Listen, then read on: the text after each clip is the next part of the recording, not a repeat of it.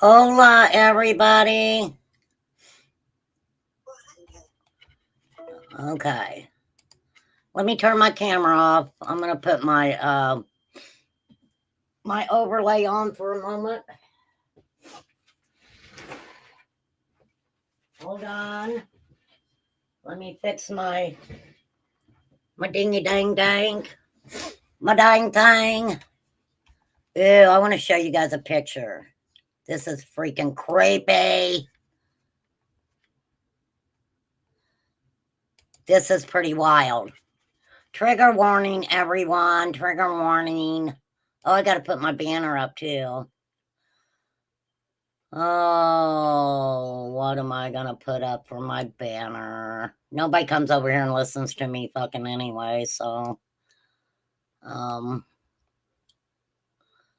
I don't know. I don't know what I want to talk about. All right, let's just put up an easy one. Let's just put up an easy one. Opinions of this channel are not necessarily the opinions of others. Hey, Steven. Hey, H. Hey, Little Deb. Hey, Debbie Ho. We are going to be talking about some true crime cases. For real. Let me go ahead and do my countdown.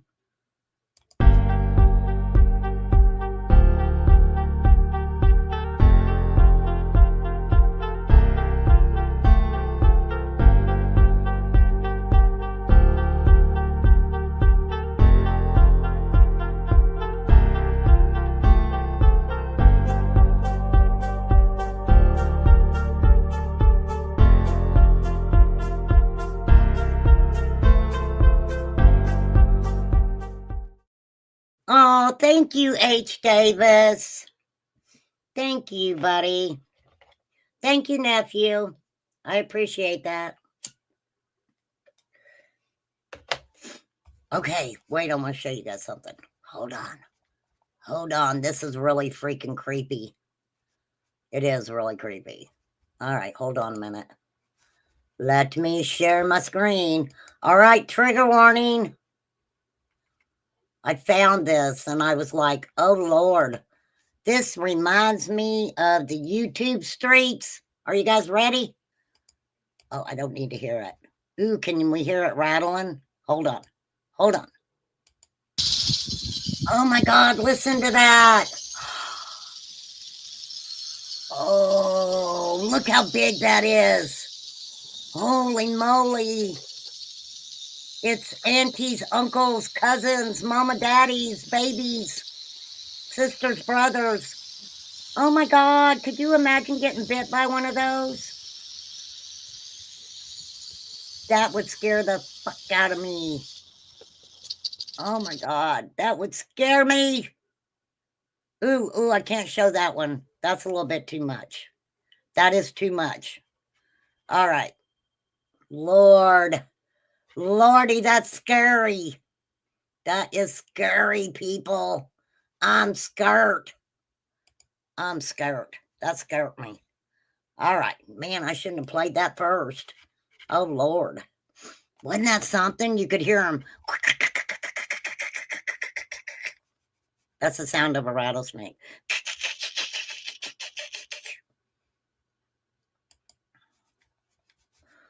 All righty. I am about to a video grip for a new phone.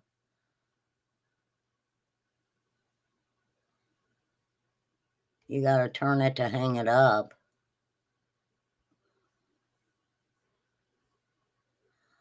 Rattlesnake dens. We lived in Nevada. Someone I worked with had one under their porch. Thank you, Flies. That's so nice of you. Thank you. I appreciate that. I'm a poor bitch. I admit it. But I try to put out good content. I try to work for a living here, y'all. So just a view means more than anything, okay? For real. Now, what I didn't do is what I need to freaking do because I didn't do it before I came in. Oh, Lord. Lord help me, Jesus. Jesus help me today. I am... But I might as well live on Brokeback Mountain. Oh, that didn't sound right, did it? Okay. Let me see what the freak I'm doing. The freaks come out at night. The freaks come out at night. The freaks come out at night. I've been going live lately here at night. I need to get back into doing a live during the day. I kind of miss it, but here lately I've been staying up late and, you know, doing talking and doing weird shit like that. Thank you, Flies, for putting my Amazon wish list out there and my Venmo. I only have Venmo and I have Cash App. That's all I have, you guys. And my Facebook group.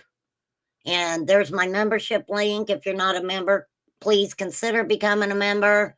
And then I have an Amazon wish list. And on the Amazon wish list, you don't have to get me what's on the list. You can get whatever you want, and it has my address to mail it to me. So I'm not telling anybody they have to do it, but you know, any little bit helps.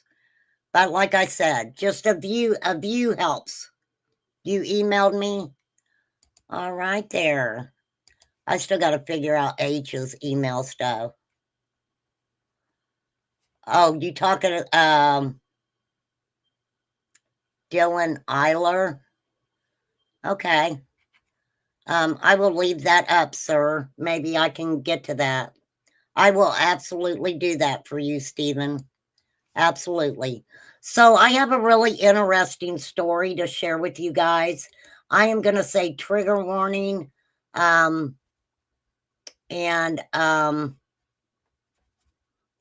This is really sad. So trigger warning, please feel free to leave and come back at another time if you are uncomfortable with what I am speaking about. So this was published on January 9th, which is yesterday. Okay, today's the 10th. Today is the 10th. Let me plug my phone up because I know it needs charged. Oh, it's at 98%. Woo woo, almost to 100%. Almost to 100%. Okay, so I got to get rid of fucking a lot of this shit. All right. I've got something on the California fires emergency alert center. Is that the emergency alert, Debbie, that you got that they canceled? Is that what you're showing? There's a newspaper article that talked about that.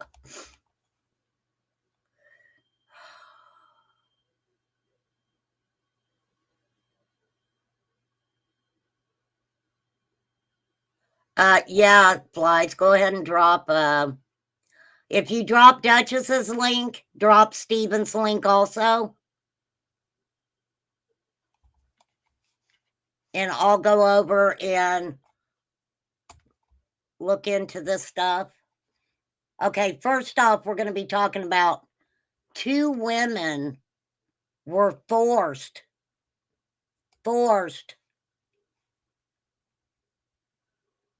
with a weapon, trigger warning, to dig their own graves before they were shot. So one of the Missouri women survived being kidnapped and shot by hiding under her friend. She hid under her friend's unalive body until her attackers left, has now testified against one of them. Oh my gosh. The Springfield Daily Citizen reported this week that Melissa Pugh testified against Stephen Chase Calverley, who was one of 9 people charged in the August 2020 kidnapping that unalived her friend Sarah Pascoe and nearly ended her own life. Oh my gosh. As well, Calverley was ultimately convicted of second-degree red rum, among other charges. Pasco, 27, was shot in her cranium area and unalived after her kidnapper, Gary Hunter Jr., and 8 accomplices forced her into a well in Lawrence County, Missouri, that was located in the middle of the woods. Pasco passed away instantly, according to the outlet, and Pugh made the life-saving decision to lay still underneath her friend's remains and wait until her attackers left them behind in the well, believing both to be unalived. Oh my gosh, how horrifying. Hunter Jr. was sentenced to 40 years in prison in 2022 after pleading guilty to second-degree red rum and first-degree kidnapping charges.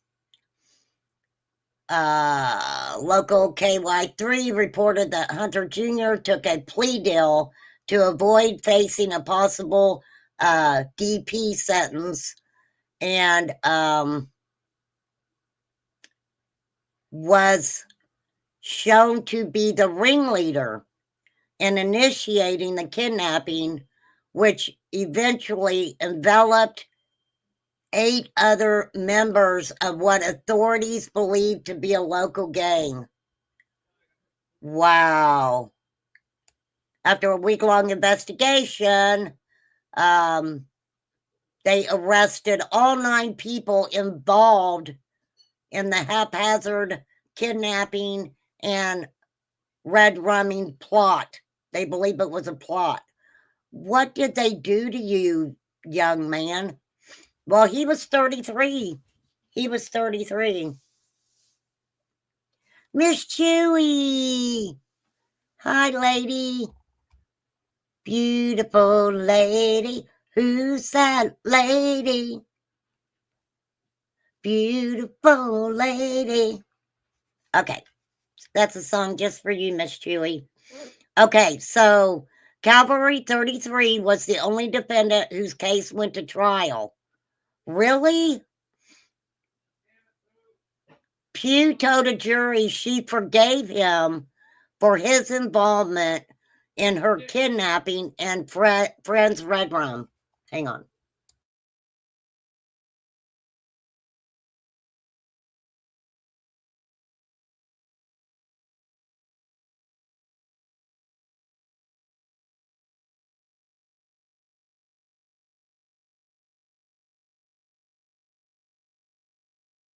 Hold on a minute, you guys. I'm sorry. Hold on.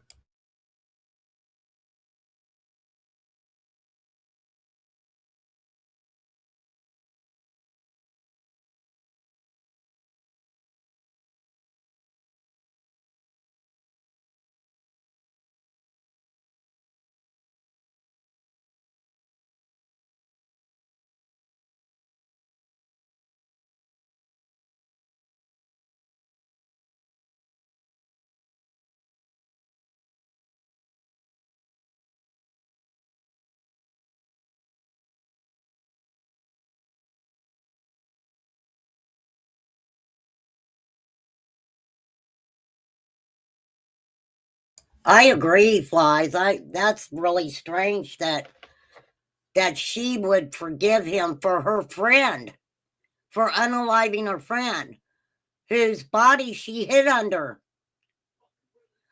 Okay, so she forgave him for his involvement in the kidnapping and her friend's unaliving. However, she still questioned why. Now, Calverley is a Purple Heart winning U.S. Marine.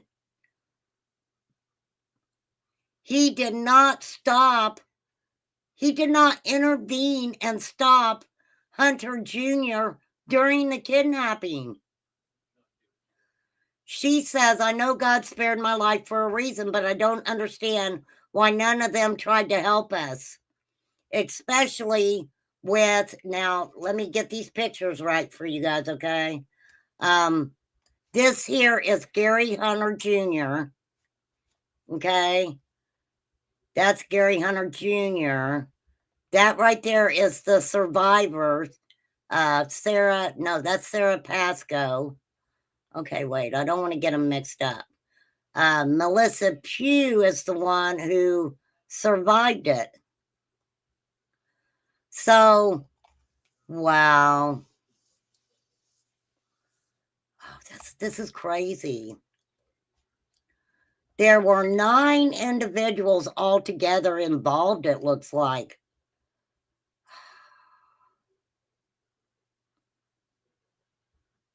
Eight accomplices. There were 9 people altogether involved in this. Okay, so that is Gary Hunter Jr. Now, but I don't understand how the 33-year-old Calverley was the only defendant whose case went to trial. So they must have the other ones pled guilty, maybe. Now, this is Stephen. This is Stephen Calvary right here. Calvary. Hey, Sandy, I'll wave to you, darling. Hi, Sandy. Good to see you. Looking for the person that is a better person than flies. Oh, that's so sweet of you. Me and flies are like this, though. Okay? Nobody better over here than anybody else. Okay. So she says, I know God spared my life for a reason, but if this guy is a Purple Heart recipient, why didn't he help her? That is messed up. So the incident began when Hunter Jr., I showed you guys, that's the first picture I showed you guys, approached Pascoe and Pugh, both of the women, while they were sitting idle in their vehicle at the corner in Stott City, according to local outlet KOLR 10. They reported that Hunter Jr.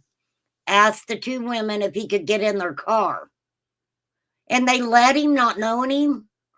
Once inside the vehicle, he pulled a weapon on them, forced them to drive to the home of Christina Knapp, who was one of the 8 accomplices who later faced charges. Christina Knapp, she pled guilty to robbery and kidnapping. Wow. One by one, the 8 accomplices gradually became involved in the kidnapping as Hunter Jr. threatened the women, forced them to begin digging their own graves in Knapp's yard. Christina Knapp, the female.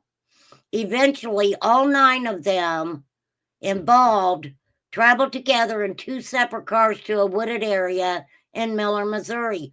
I bet these women were freaking out.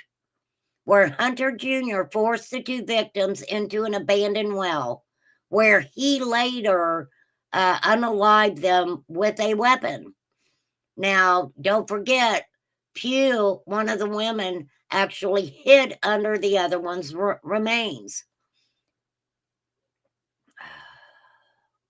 They thought both women were unalive when they left, and Pugh escaped and called 911. So Calvary said, I'm not asking you to forgive me, but I want you to know that I'm sorry. He did write a letter to the families of both the women. I'm sorry I was a coward and didn't try harder to stop him. I'm sorry I didn't call 911 and report it. I didn't try to put myself between him and you guys. Yeah, why didn't you do that, Purple Heart recipient? And I kind of want to know why he was the only one. The others, I guess, all pled out guilty. I will find out more about this case. For real. Yeah, that's a coloring book, Flies. Isn't it cool? Pretty cool. Well, let me tell you, girl, we are going to be sliding down that hill together. For real. For real. So, Miss Chewy, what a beauty, Miss Chewy. Oh, I got a song, only because it's been stuck in my brain. Thank you, Sherry, for this. What is it? What was the freaking? Oh, Jeremiah was a bullfrog, was a good friend of mine. Never understood a single word she said, but I helped her drink her beer. She always had good taste in beer. Joy to the world. All the boys and girls, yeah. Joy to the fishes in the deep blue sea. Joy to you and me. You did, Miss Chewy. That is wonderful, darling. Good for you. Yep, my new channel is going to be just for nighttime, and it's going to be The Freaks Come Out at Night. The freaks come out at night. The freaks come out at night. That is really cool, Miss Chewy. Congratulations. Once you get it started, ma'am, come over, let me know. You know, I'm a sucker for dropping people's links. That's what they say about me. They're like, you're a sucker because you drop everybody's links, and then everybody just forgets about you when they go back to their channel. I'm like, oh, I know that's what happens. Yeah. I was a morning person when Todd was alive, because he would have to get up really early and go to work. And so I was really up every morning. Hey, Pink Banjo. But I, for some reason, after he passed away, I've had a lot of trouble sleeping at night. But, you know, for quite a while, you know, I was up a lot at night with him, you know, being concerned and trying to keep up with what was going on with him. But so yeah, I'm just screwed up on my days and nights right now, for real. Usually I used to not even do a live at night, very seldom, and now I've caught myself here recently doing more lives at night. I don't know. One day I'll get my shit back together, for real. One day, someday. Okay, now this is really strange. This is another story. This was actually put out. Oh, thank you, Pink Banjo. So this story came out on December 29th. I've had it held back. I haven't had time to talk about it. But so the title is I just shot my daughter. How a disturbing 911 call revealed a family red rum unaliving yourself spanning 3 generations. So years before this happened, Don Spirit's daughter wrote in a DV injunction that she was very scared of him. Wow. And this was years before. So this picture is of Don Spirit himself. Ooh, is that Louis Vuitton? No, that's not Louis Vuitton. Who is that? I don't know.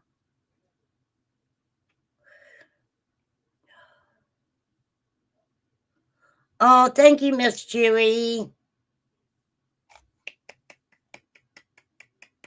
Thank you. Thank you for subbing to me from your new account. All right, so the 911 call came in at about 4 p.m. on September 18, 2014. Gilchrist County dispatchers in Florida. On the tape, the 911 operator could hear a man admitting to unaliving his adult daughter and, trigger warning, his 6 grandchildren, adding he planned to unalive himself once authorities arrived on the scene. Now, that's back from September 18, 2014. He said, yes, ma'am, I just shot my daughter and my grandkids. I'll be sitting on my step, and when you get here, I'm going to unalive myself. After being asked when the shooting happened, he said, I don't want to hear it, ma'am. I've done every effing thing. Just bring the mother effers out here. That's all. You got all the kids are unalive in the house per the transcript. I believe somewhere I have that 911 call. I have heard the 911 call before. After being asked when it happened, he said, just bring them out here. Once they arrived on the scene, a small town located about 40 miles west of Gainesville, they briefly spoke with Sprit, 51, who then unalived himself after sustaining a self-inflicted wound. Okay, gunshot wound. The victims, all of whom sustained weapons wounds, were identified as Sprit's daughter, Sarah, 28, her 6 children, Caleb Kuhlman, Kylie Kuhlman, 11, Caleb Kuhlman, 11, Kylie Kuhlman, 9, Jonathan Kuhlman, 8, Destiny Stewart, 5, Brandon Stewart, 4, and Alana Stewart, who was just born in June of that year. That is horrible. Horrible. All of the children were located in various locations inside the residence, while the remains of 2 adults were found outside the residence in separate locations on the property. At the time, investigators said they could not determine a motive in the red rum self-inflicted, you guys know what it is. Tragic and devastating event may never be fully explained. Well, if he unalived himself, I'm sure. At the time, Sprit had a criminal history, and authorities had been called to the family home in the past. According to court records obtained, now they're saying Spirit. I think his name's Sprit, but they're saying Spirit. Was sentenced to 3 years in prison for illegal possession of a weapon after accidentally shooting and unaliving his young son Kyle during a hunting trip in 2001. He had also previously been convicted of substance possession, battery, and depriving a child of food and shelter. What?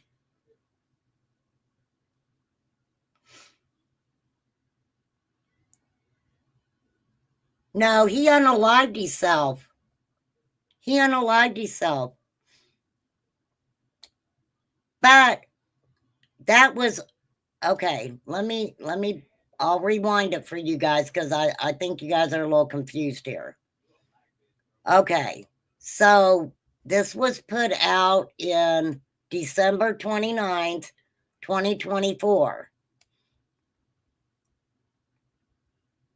Don Spirit's daughter wrote in a DV injunction years prior that she was scared of him.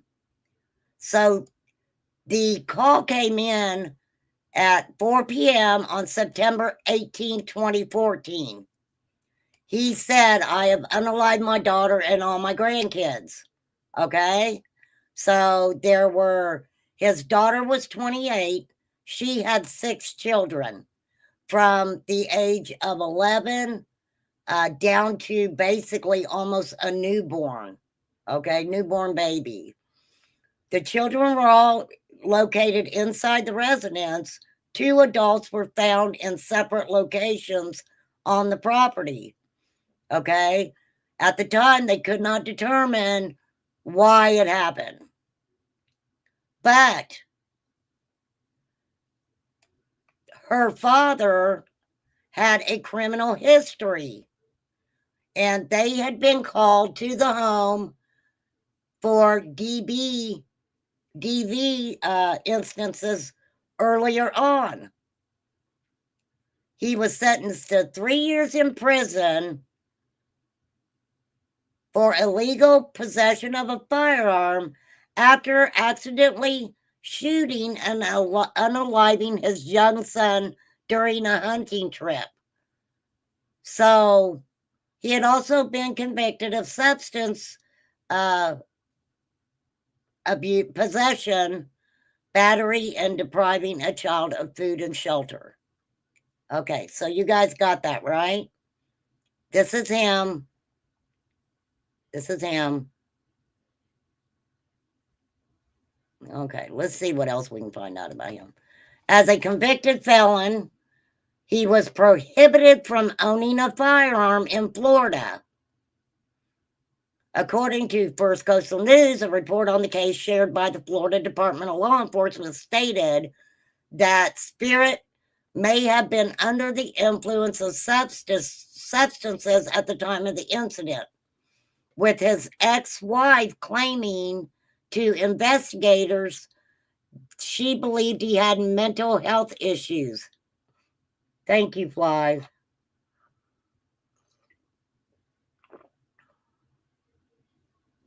Why, Sandy?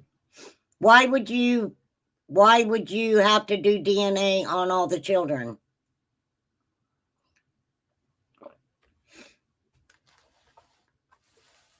Why do you feel like that you would do DNA on all the children? The children did not have his last name. They did not have their grandfather's last name. There were obviously 2 different fathers. I don't know the baby itself. They're not given the baby's name or the last name. But yeah. Yep. So let me guess. Stephen left after I dropped his link. Chewy left after we dropped both of her links. Duchess can't leave because she ain't been here. Okay, I get it. I get it. Oh, Stephen's still here. Oh, he sneaks in. Well, thank you, Stephen. I appreciate that. And I do like your channel. Oh, Chewy's there too. She's in her new channel. Oh, yeah, girl. You better send me some candy, Chewy. You better send me some of that candy you've been making, lady. It's expensive, isn't it, Chewy? To mail stuff. Mailing stuff is very expensive. I know you're here, H. Davis. What do you mean? How embarrassing for who? I'm not embarrassed. I don't get embarrassed very often. For real. Stephen's listening, though. Okay, Stephen. Let me tell you something, Pink Banjo. If you do not think that people ain't come into my chat before, and the minute that we drop their link, they don't go bye-bye, it happens all the time. All of the time. H. Davis, I catch you over there with Sherry, you're going to be in trouble. You did that last time. You were like, hey, Auntie Mary, I have a phone call. Yeah, I know who was calling you and where you went, young man. If I had a channel, I would. I know you would, Flies. I know you would. Sandy's right. Sandy's right. I would never do that. I would never, ever do that to anyone. Maybe that's why I don't have as many subs as everybody else, because I need to become a bitch. Nana, nana, boo, boo. Yep, yep, yep. Okay. Because y'all act like I don't go around and see what's going on the YouTube streets, and I do. I really do. Okay? That's right. Best to be who you are. Okay, H. I'm just messing with you. I'm just playing with y'all for real. If I was really upset about anything, I would tell y'all. Okay? For real. For real, for real. Okay, so ex-wife claims mental health issues. Where was ex-wife? Well, they were that was his ex-wife. So years prior to the unalivings, his daughter Sarah had called the police on her father, alleging he physically assaulted her. She said, "I am very scared of him. I know what he's capable of," she wrote in a DV injunction court order in 2008. He later spent about 6 months behind bars after being charged in a battery case. Okay. As the years passed, Sarah also had brushes with law enforcement. She was arrested on charges of theft, battery, and illegal substance use, and had a boyfriend who spent time behind bars. The daughter Sarah's friend, James Bale, sorry, got balls on my mind. James Bale described her as a beautiful, smart woman who moved from Tampa to Belle to help her dad out.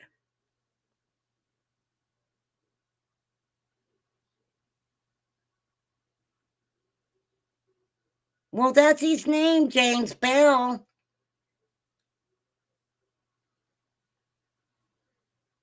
That doesn't make any sense, People Magazine. I'm very sorry.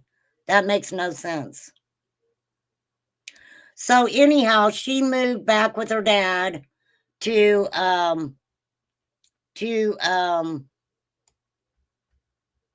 yeah, I heard you say that in the live, Miss Chewy. Hey, Minnie Pearl. Be careful at the store. I know it's been snowing here all day. It really sucks. It really does. That is so sad.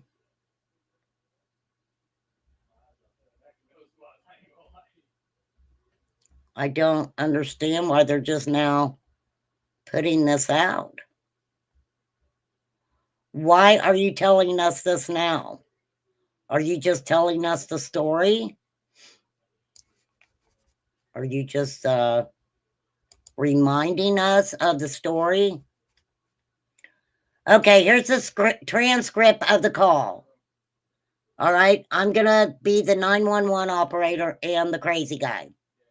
911, Gilchrist County, 911. What is the address of the emergency? Yes, ma'am. I shot my daughter. I shot my grandkids. I'll be sitting on the step.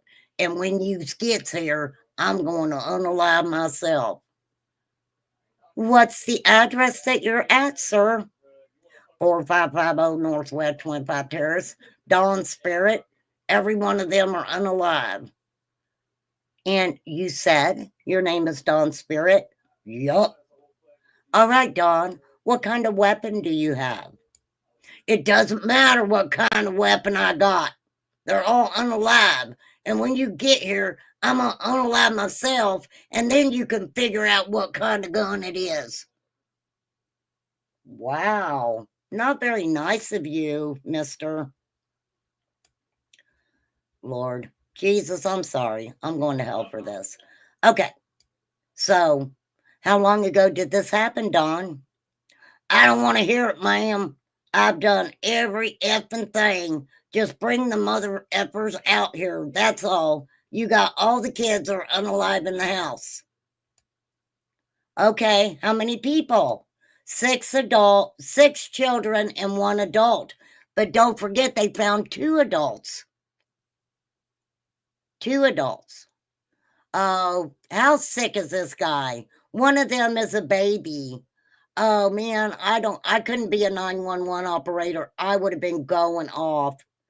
She said, "All right, Dawn, is there any way you can stay on the phone with me until I get someone there to help you?" He said, "What's that? Can I have you stay on the phone with me?" "No, I'm not that. I'm waiting for them to get here." He said, "No, I'm not that. I'm waiting for them to get here. When they get here, I'm going to unalive myself on my back steps. All I'm doing is waiting for them." "So you're sitting on your back steps?" "Yup." The 911 dispatcher can be heard whispering, "I need help." She says, "Okay, Dawn, and he hangs up on her. That is craziness. That is craziness. Wow. That is so sad. So sad. Oh, you're in Cleveland? Yeah. How sad is that? How sad is that? Okay, so let's go over and we're going to discuss this Morgan Geyser. And I know you guys got your opinions on this, so join in the conversation. This is one of the little girls who tried to unalive the little girls out in the woods. They said because of Slender Man. Now, not Slender Ma'am, Slender Man. Okay. Okay, so for some reason, I know that when the last time this girl went to court, I talked about it here on my channel. What I'm looking at now is she has decided that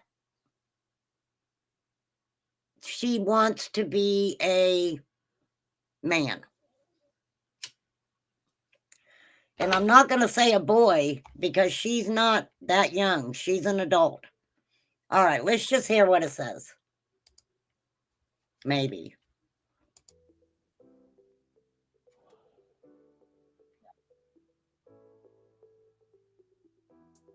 Okay, we don't need her. Okay, so they ordered the release. She's 22 years old. Okay, wait, I'm going to get that date right. Hold on. No, I don't want to talk about Jenna and Hoda. Sorry, Hoda and Jenna. I don't want to talk about you. Okay, so Slender Man stabber Morgan Geyser will be freed from psychiatric hospital 11 years after attacking classmate. Now, the other girl that was with her when they took this young lady out into the woods, she was 12 years old, and the young lady was basically, trigger warning, stabbed with a kitchen knife. Well, whatever knives the girls had.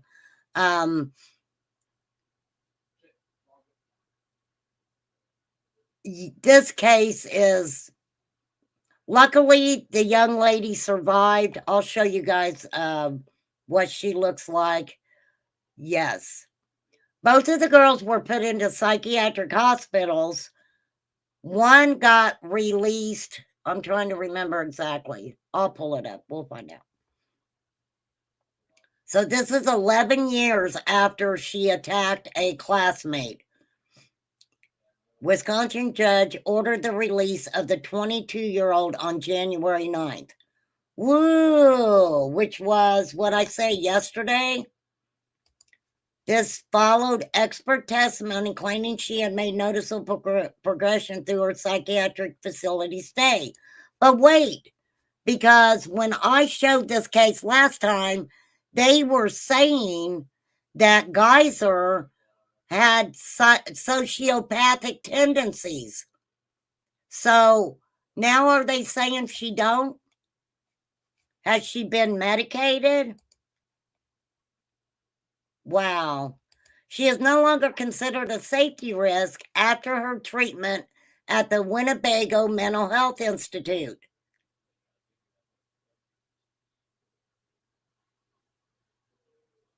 Okay, well, what she said was, yeah, she goes into a psychiatric hospital, a girl, and comes out a boy. Yes. But anywho, what I don't understand is,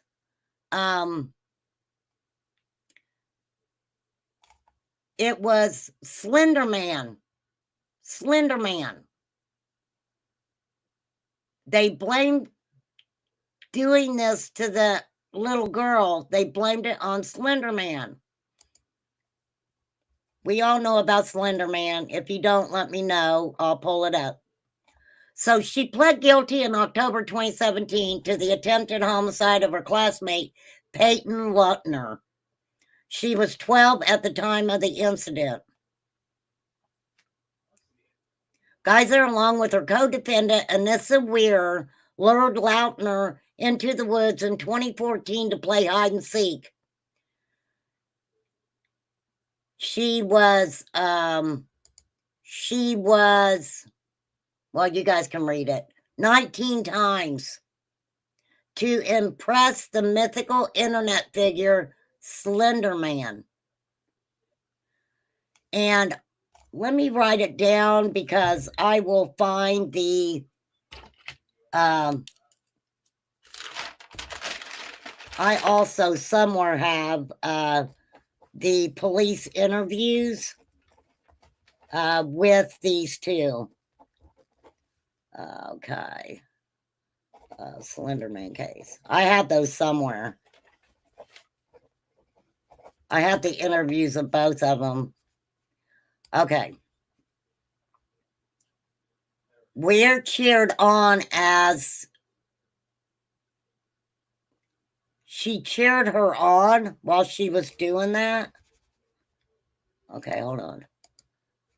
The young girl survived the attack, was rescued by a passerby after she crawled her way to a bike path. Lord have mercy. You haven't missed anything, Sassy Pants. You haven't. Don't worry about it. Don't worry about a thing. Okay, hold on.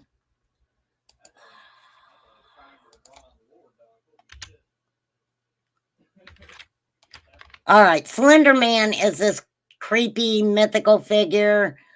It's supposed to be a tall, slender guy that does horrible things. Let me find it. We can talk about whatever you guys want to. I am not,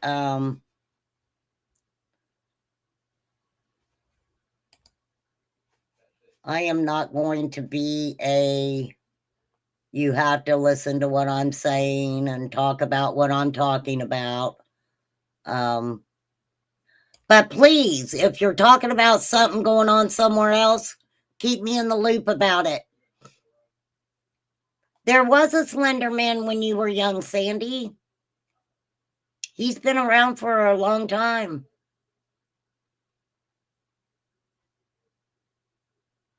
What did the government pay for? I don't understand, Flies. Did I miss something you said?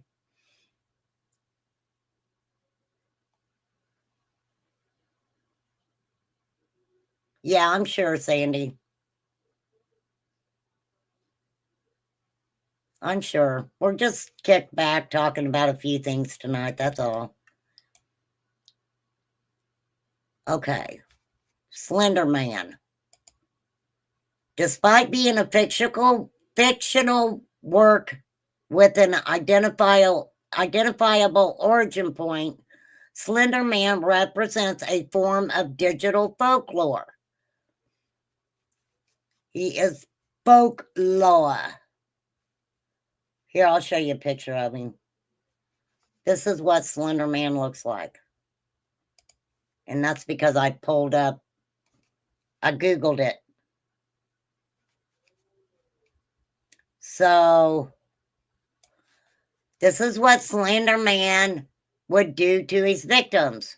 In some stories, Slender Man has multiple arms, like tentacles. In some stories, he has no extra arms, okay?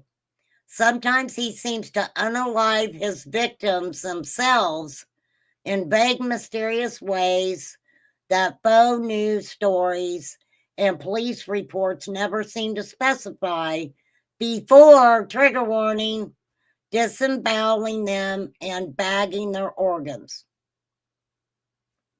Now, I'm going to tell you guys how to survive Slender Man.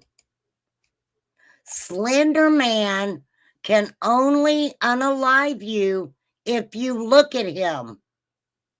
He is always behind you. Never turn around.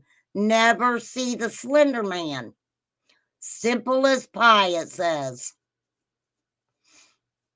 Well, you know, I'm like this. If I am running away from something and I don't know if I would turn around and look to see if they were behind me or not. Because if I was still running and they ain't caught me yet, that means keep running. Yeah. Yeah, creepypasta. Yeah. Creepypasta. That's where a lot of you guys can check out a lot of stuff.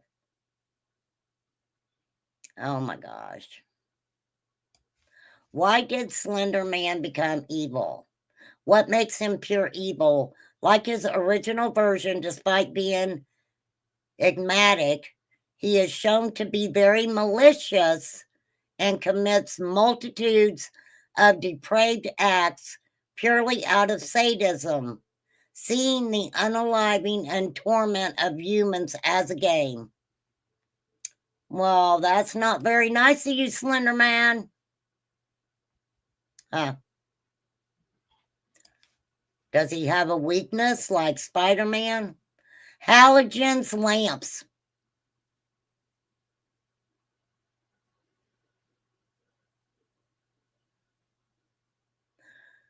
Halogens lamps. So if you're running away and Slender Man's coming,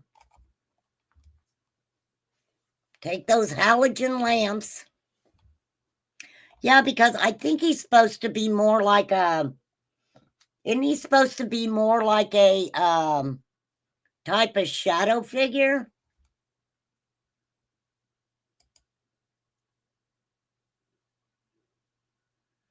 If the victim was an adult, Slender Man, now this is interesting.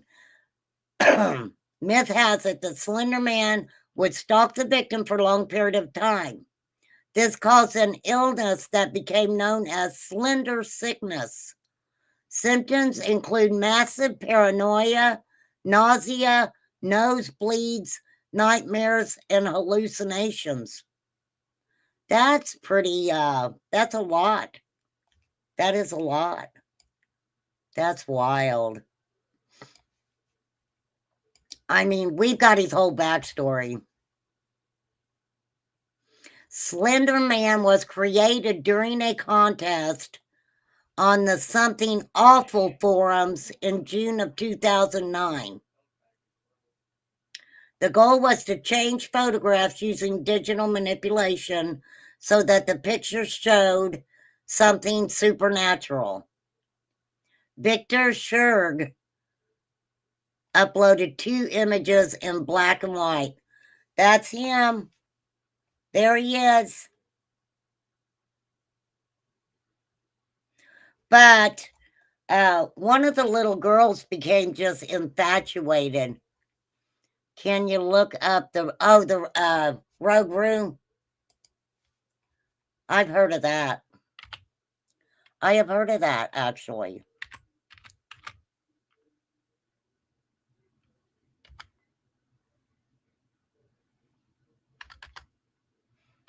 I have heard about that.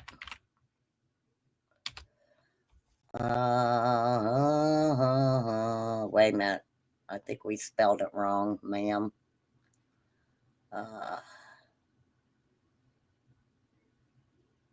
How was I going to spell it? Not like that. Rogue. Rue.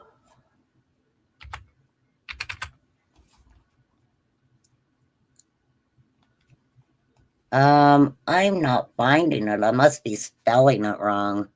Ruggaroo. Thank you. Thank you, flies. Ruggaroo.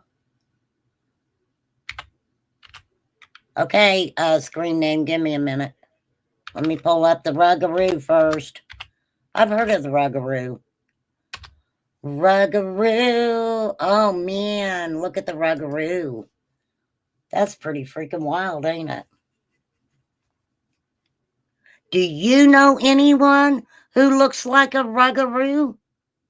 Well, if you do, please, please share those pictures with Cletus Von Pelt, okay? Cletus Von Pelt. We will make sure you have that, you know, we will make sure that you have that up and about. I've heard of the devil Jim Turner too. You guys remember when I talked about the preacher that had the snake handling church, and allegedly he caught his wife messing around. She was doing things he didn't like, and he went out and basically the snake took a little bite out of her hand.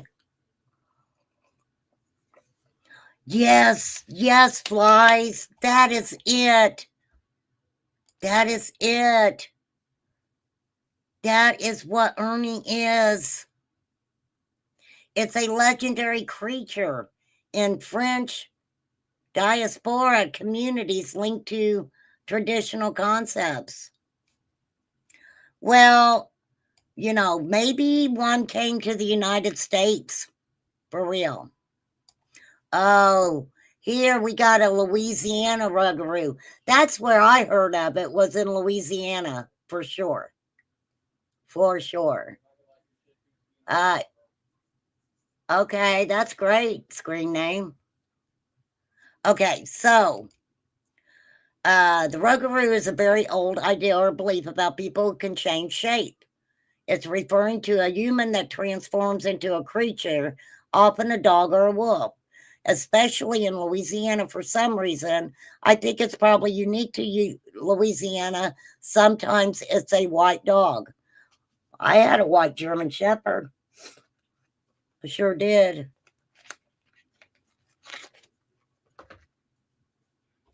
That's where I heard of the Ruggaroo. Have you guys ever watched that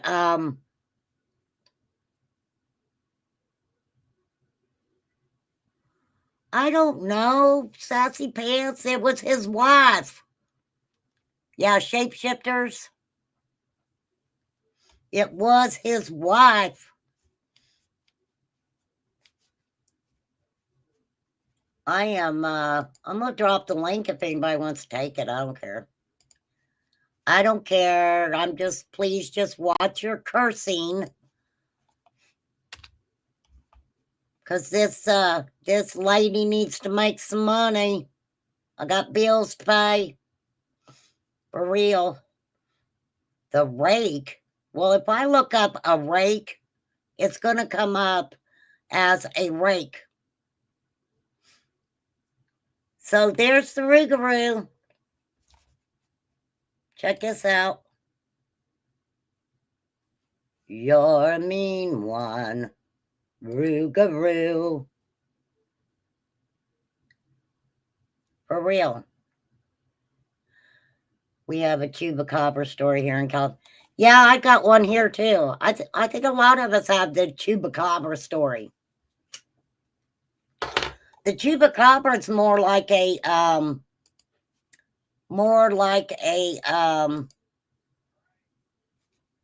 dog, isn't it? Isn't it like a dog? Hold on, I'll pull it up. We will just check out a lot of stuff tonight.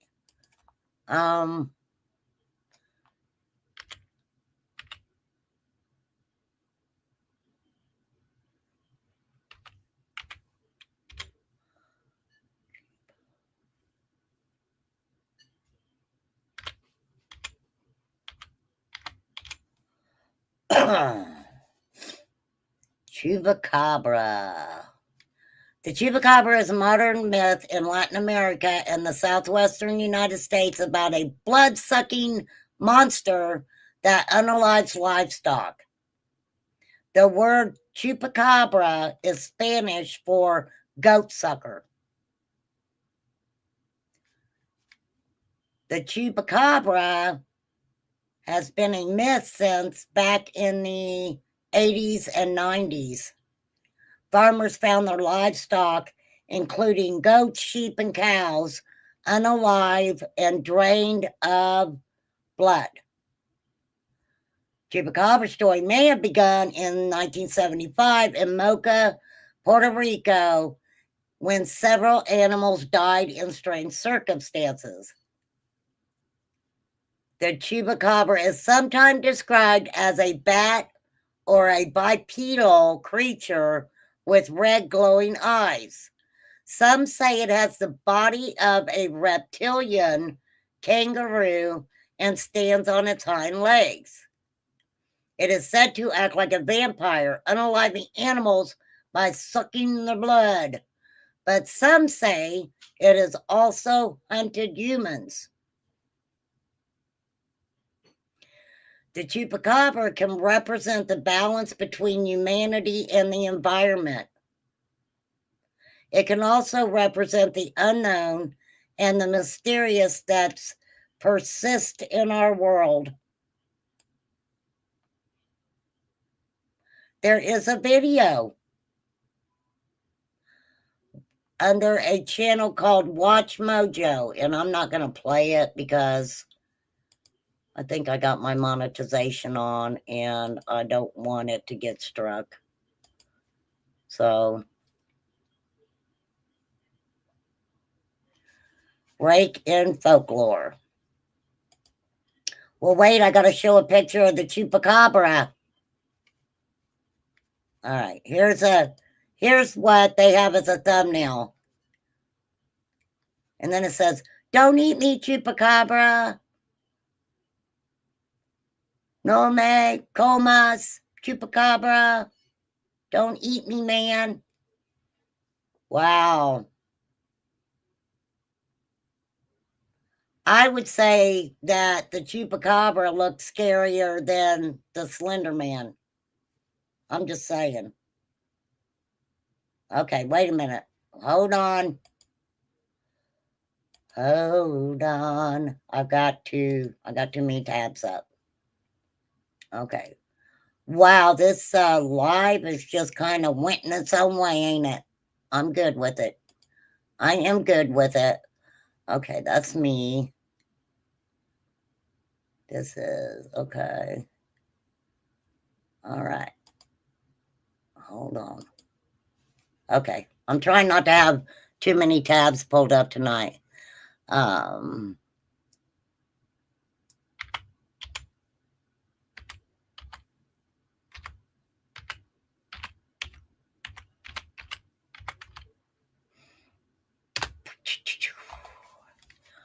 All right. Here we go. I'm just giving all you guys a list of creatures you need to watch out for. Thank you, Flies, for posting that. Okay. The Rake is a fictional monster that from the online horror genre known as creepypasta. Yeah, I love creepypasta. Okay, so it's a tall, pale, hairless humanoid creature that's said to stalk and unalive people. Depicted as a tall, pale, hairless humanoid with spindly limbs, has a blank face, no nose or mouth, and three. That almost sounds like Slender Man. And that came from creepypasta too, didn't it?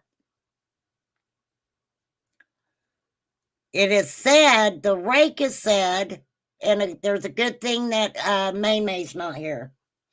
Okay. It is said that the Rake creeps into bedrooms, induces nightmares, and observe dreamers before unaliving them. It is said to attack for unknown reasons, often causing great psychological trauma. The Rake is based on ancient folklore about a tall, skinny man who lurks in the woods. Well, this is just like Slender Man. That's what I was saying. Almost sounds like Slender Man. Some theories suggest that the Rake was inspired by internet threads and online discussions, just like Slender Man. Others believe that alcoholic delusions may have fueled the idea of the creature. Let me see if I can get his picture up here. $29.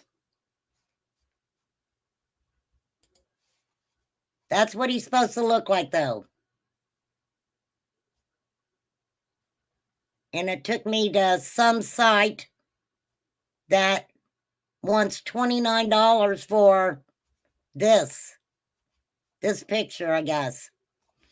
Okay, well, not today. Not today, sir. At all. Okay.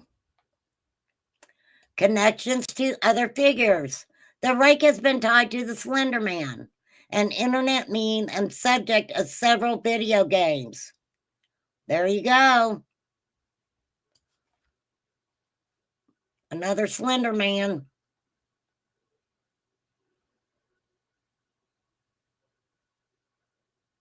Yeah, my grandpa told me that where he lived in Arkansas, he tried to tell me, he tried to tell me that that he's seen Bigfoot too. I seen him. They called him the oh, what did Grandpa say? They didn't call him Bigfoot or anything. Was it the Boggy Creek Monster? He may have started out as the Boggy Creek Monster. I haven't even thought of that for years. Let me pull that up. Boggy Creek Monster. I thought that's more like Grandpa called him, but the Boggy, there's a film about the Boggy Creek Monster. Boggy Creek Monster.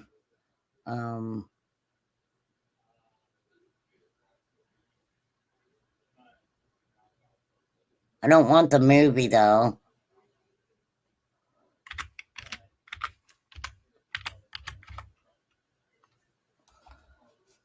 All right, let's get the, okay.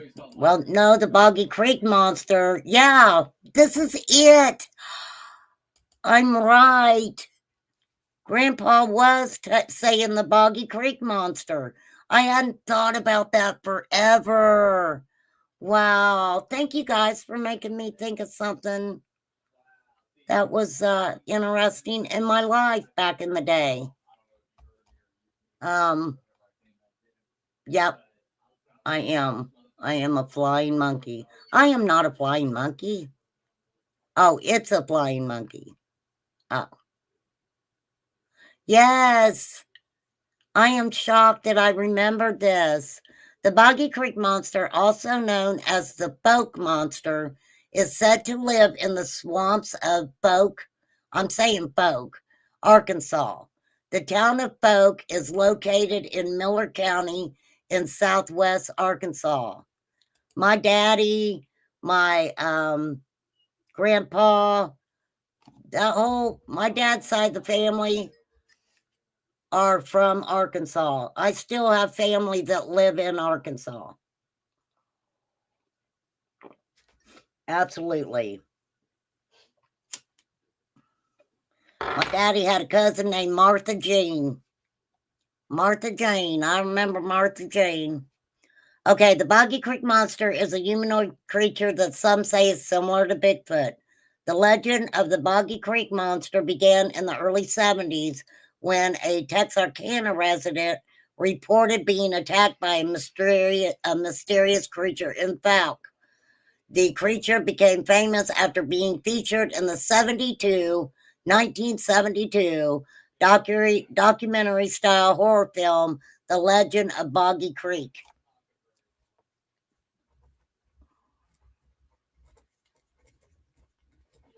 I cannot believe that I remember this. This is so cool. The Monster Mart in Falk is considered the unofficial home of the Boggy Creek Monster.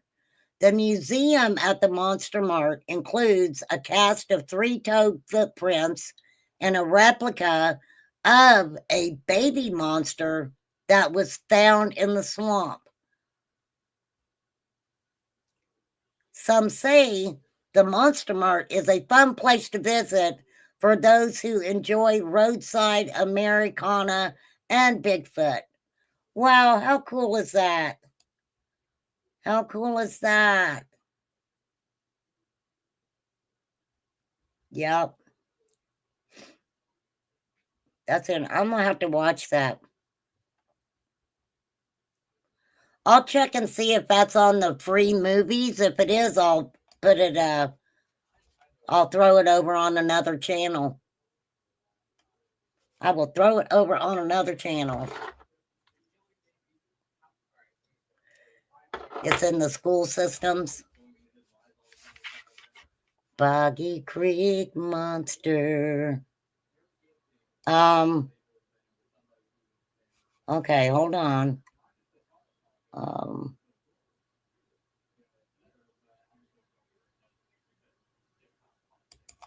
Hold on. I was pulling something else up.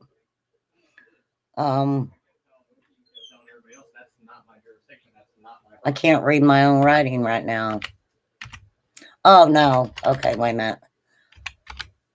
I know what it was.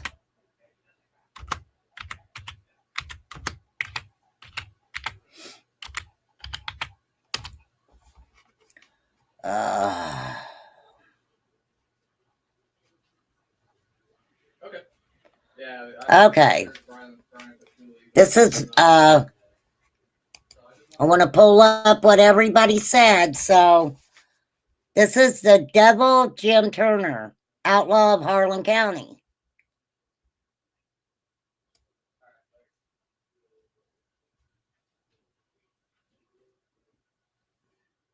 Okay.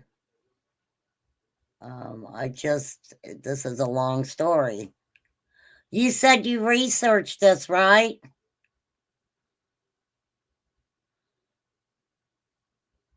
Okay, so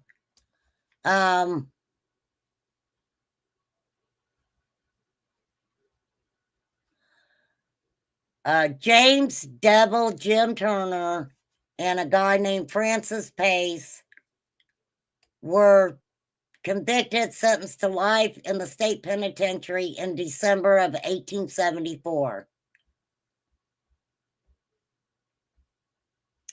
This is a very long story. Has to do with the a gang affiliation.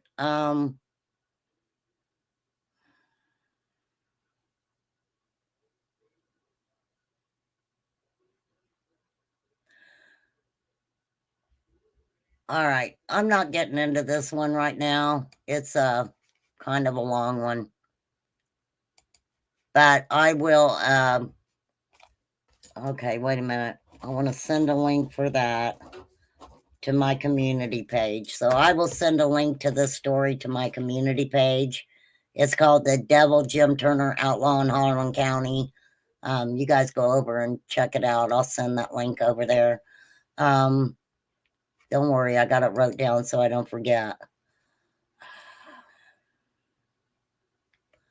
Okay, so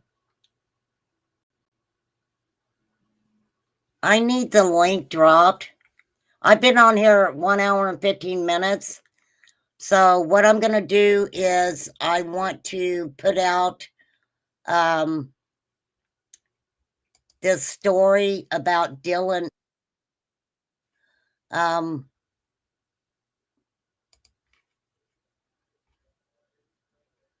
A Wicked World. This is 19 minutes long, and this is from a channel called A Wicked World. Oh no, I don't know if I should do this or not. I know I can play Duchesses. Flies, is there any way you can drop the link to Duchess's live where she talks to Dylan Ehler's father, right? Because I know Duchess won't mind.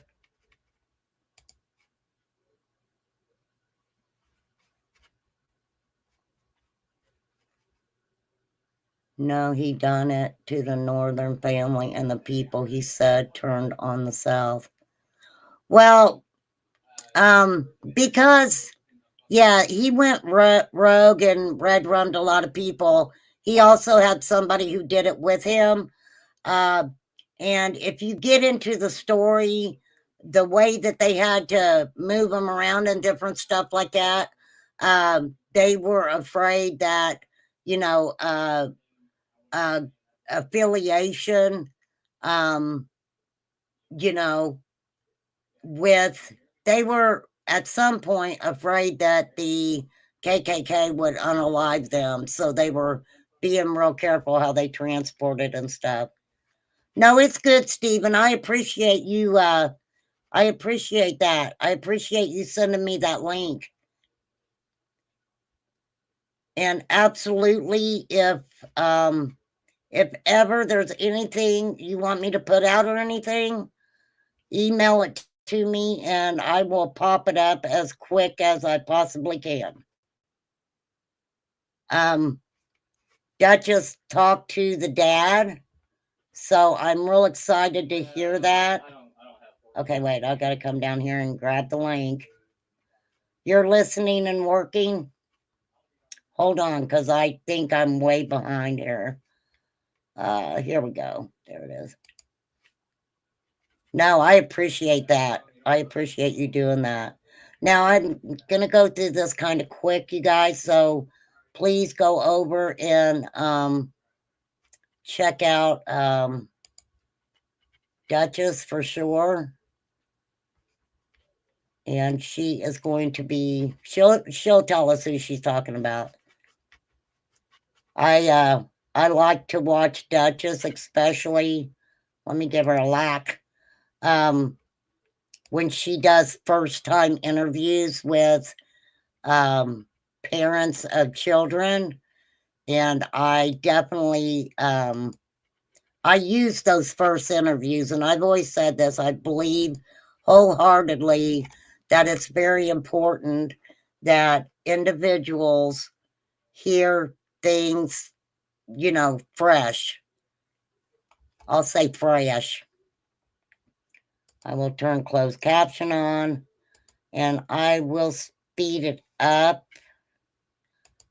Go over and check out Dutch.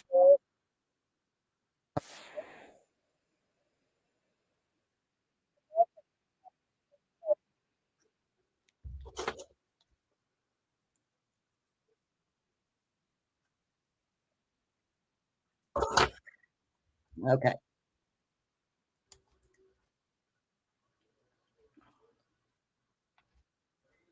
Yeah, drop Arctic Fox's channel too. please.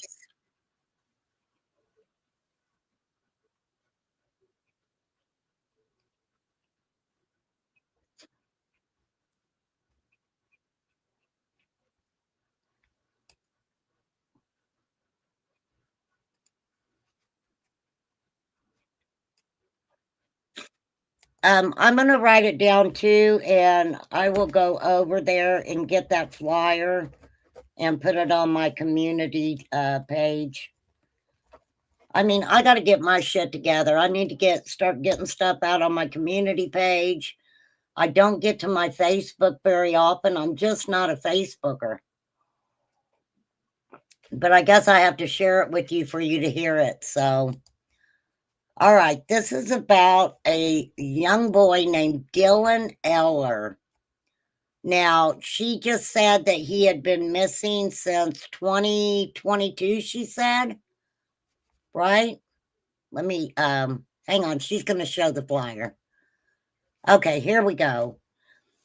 Missing child Dylan Norman John Ehler from Truro, Nova Scotia, Canada, missing since May 6, 2020.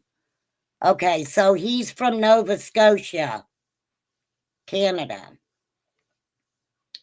Description, age 3, he would be 4 right now. No, he would be 7. Yeah, he'd be almost 8, 7, 8 years old now.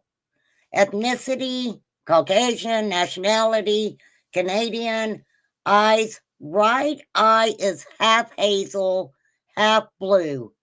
Wow, how distinct is that? Gender male, height 3 foot. We know that's going to be different now. Weight, we know that's going to be different now.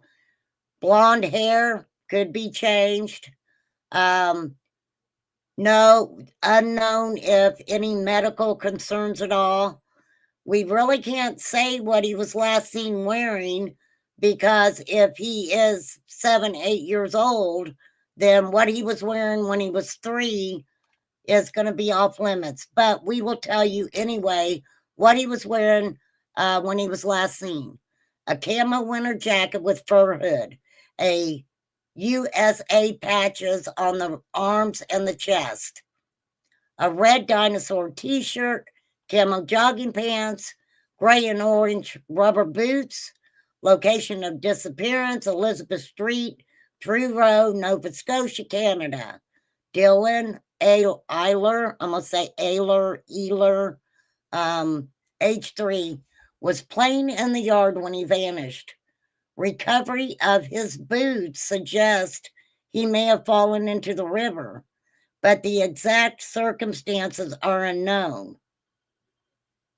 To go near the water would not have been like him, and no other sign was found.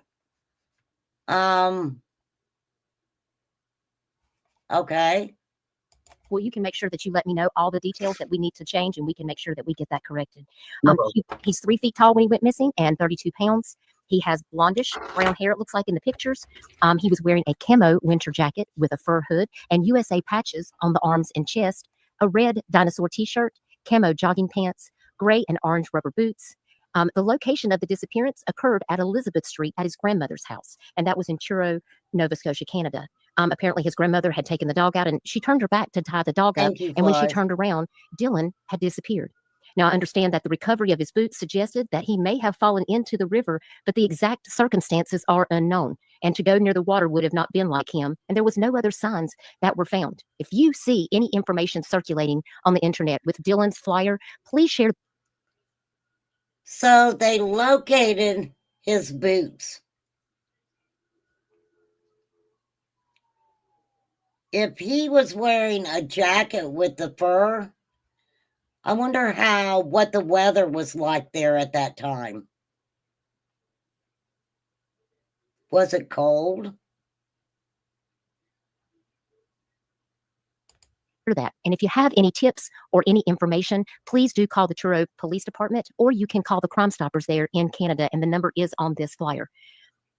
Now, Jason, the day that this occurred, Talk to me about what exactly This is Dylan's father, Jason Ehler, I want to say. happened. So how was your son? Was the grandmother babysitting him? So me and his mom got into a no contact order a week prior to his disappearance. Okay. So in fact, Okay.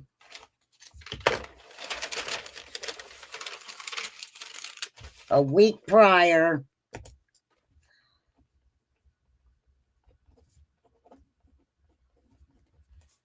No contact between the mother and the father.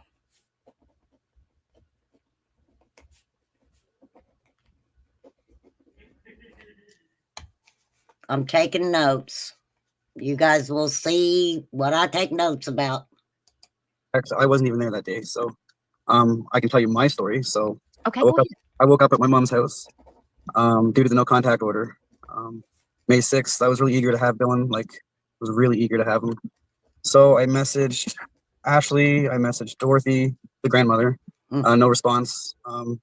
Wait, I want to, sometimes I'm going to rewind it a little bit. I like to get the verbiage correct.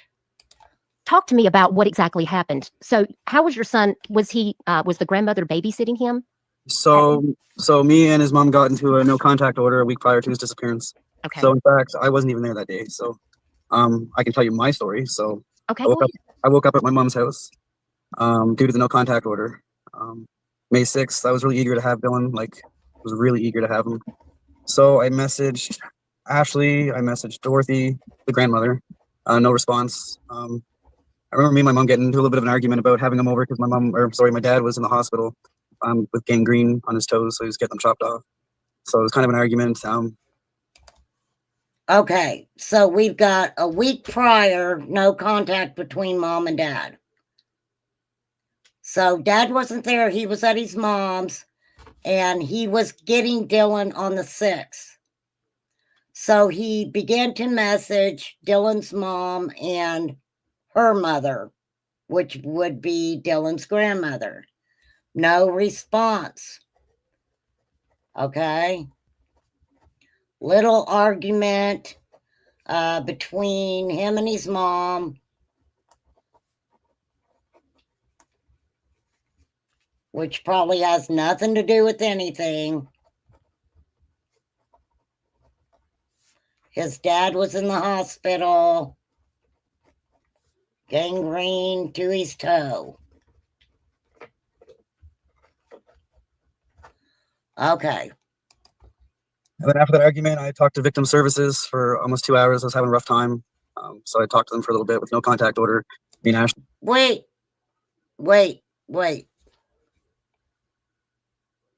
All right. I probably shouldn't do this to you guys. Hold on. I'll just play it out and then I'll take notes later.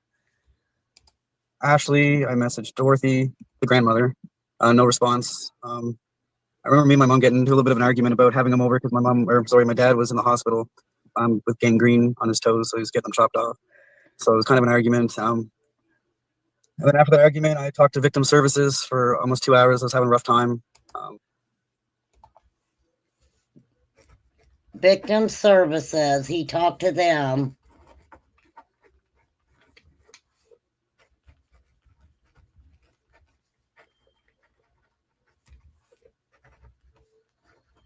And what he's saying here, what I'm hearing him say here, that because of the no contact order and Dylan's mom and grandma not answering and his dad being in the hospital, argument with his mom, he was having a tough time.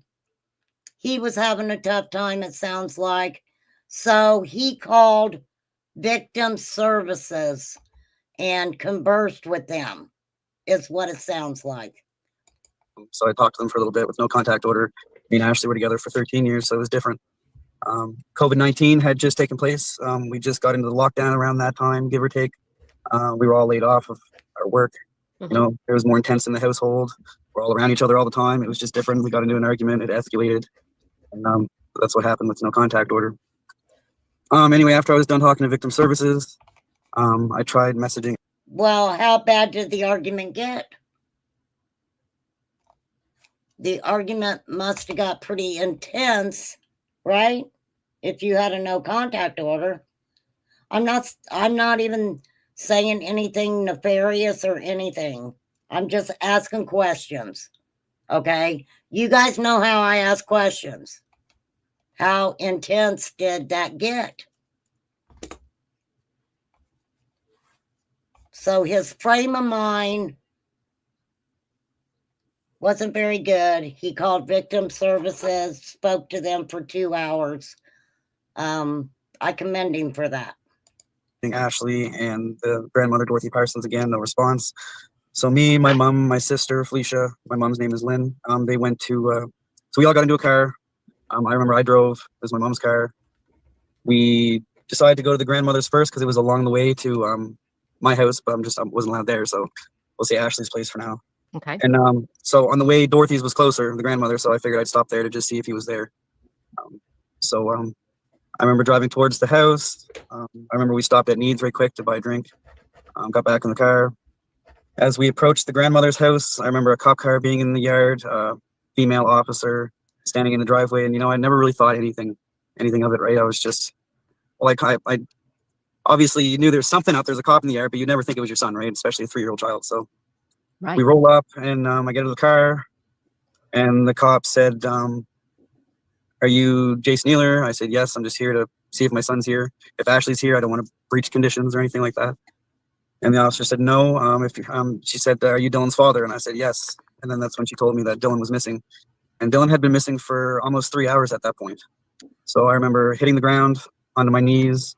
I remember crying. He had been missing for 3 hours at that point. Well, now you know why they wasn't answering the phone.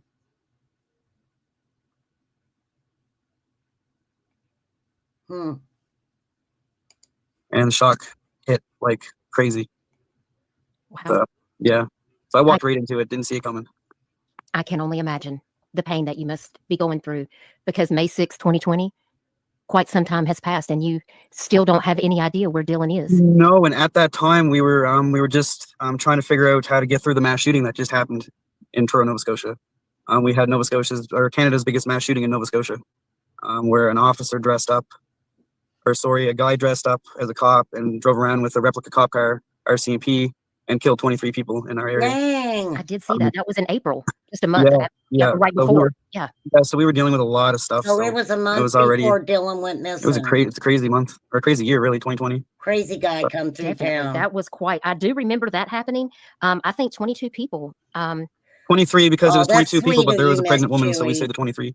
Okay, well that does make sense. In respect of the baby, right? So I understand that absolutely. So that is so very scary. I can only imagine what's been going through your mind since that time. So when all of this happened, I know we were talking about the boots, because on this poster, now I have to ask you, does Dylan have any medical concerns? Was he on any medications? Did he have anything going on? Okay, good to know. And we talked about the description along with these gray and orange rubber boots. Talk to me about the boots. So boots were found by RCMP divers. There's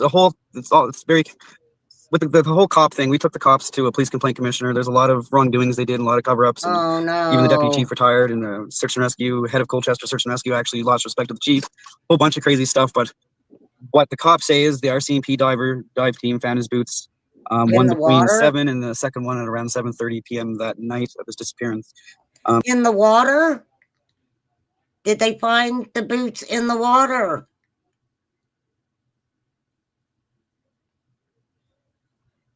Or outside the water? Hey, Poppy. Yes, they were orange and gray. Okay, and but then so basically Ashley and the grandmother, her mother, identified them to being Dylan's boots. I didn't identify them because I wasn't there. I don't know what he was wearing. Hell, I don't even know what his boots look like at the time, because going to work and everything, last thing you're worried about is a pair of boots, right? So right. I couldn't identify. Wait. You couldn't identify a pair of boots that your son had? When you're going to work and stuff, the last thing you're worried about is a pair of boots, right? Okay, that doesn't set right with me, but okay. I mean, you know, some of this stuff isn't going to set right with everybody. That's, I don't know. That just is weird. Yeah, yeah. But anyway, I wasn't there that day. The motherfucker was So Now, from what I understand about the for boots almost that I read, Jason, I wanted to ask you before you continue. The thing that got me about the boots was I understand that when they first searched, you know, apparently there is, I guess there's like a part that runs to the Salmon River right Yes. behind the grandmother's home. Yes. And when they originally searched, I was told that the boots were not originally found, but they were found, you know, several hours later when they were searching. And that is odd for the boots to just be sitting there in the water. But Dylan, so it goes a little different than well. So they So the were in problem the is water. there was a big delay on taking Dylan being missing seriously, and that's on the police. So it took 3 hours and 8 minutes for them to relay to what do you call it? My mind's blank. To EMO that there was a missing child. So there was a Okay. big delay on his alert for the non-intrusive alert, and then there's a big delay on getting search and rescue on boots on the ground. There was a delay of it took almost 2.5 hours for search and rescue to get boots on the ground. And I noticed comments from head of Colchester Communications. I have a post, actually, a screenshot from May 6th, complaining about the times that they had to go out. And, you know, when they leave their families, it wasn't a good feeling because the critical time's already over. So they're going out to search for someone that's no longer alive, most likely. So he had concerns on that. There's a big screw up when it came to first searching for my son.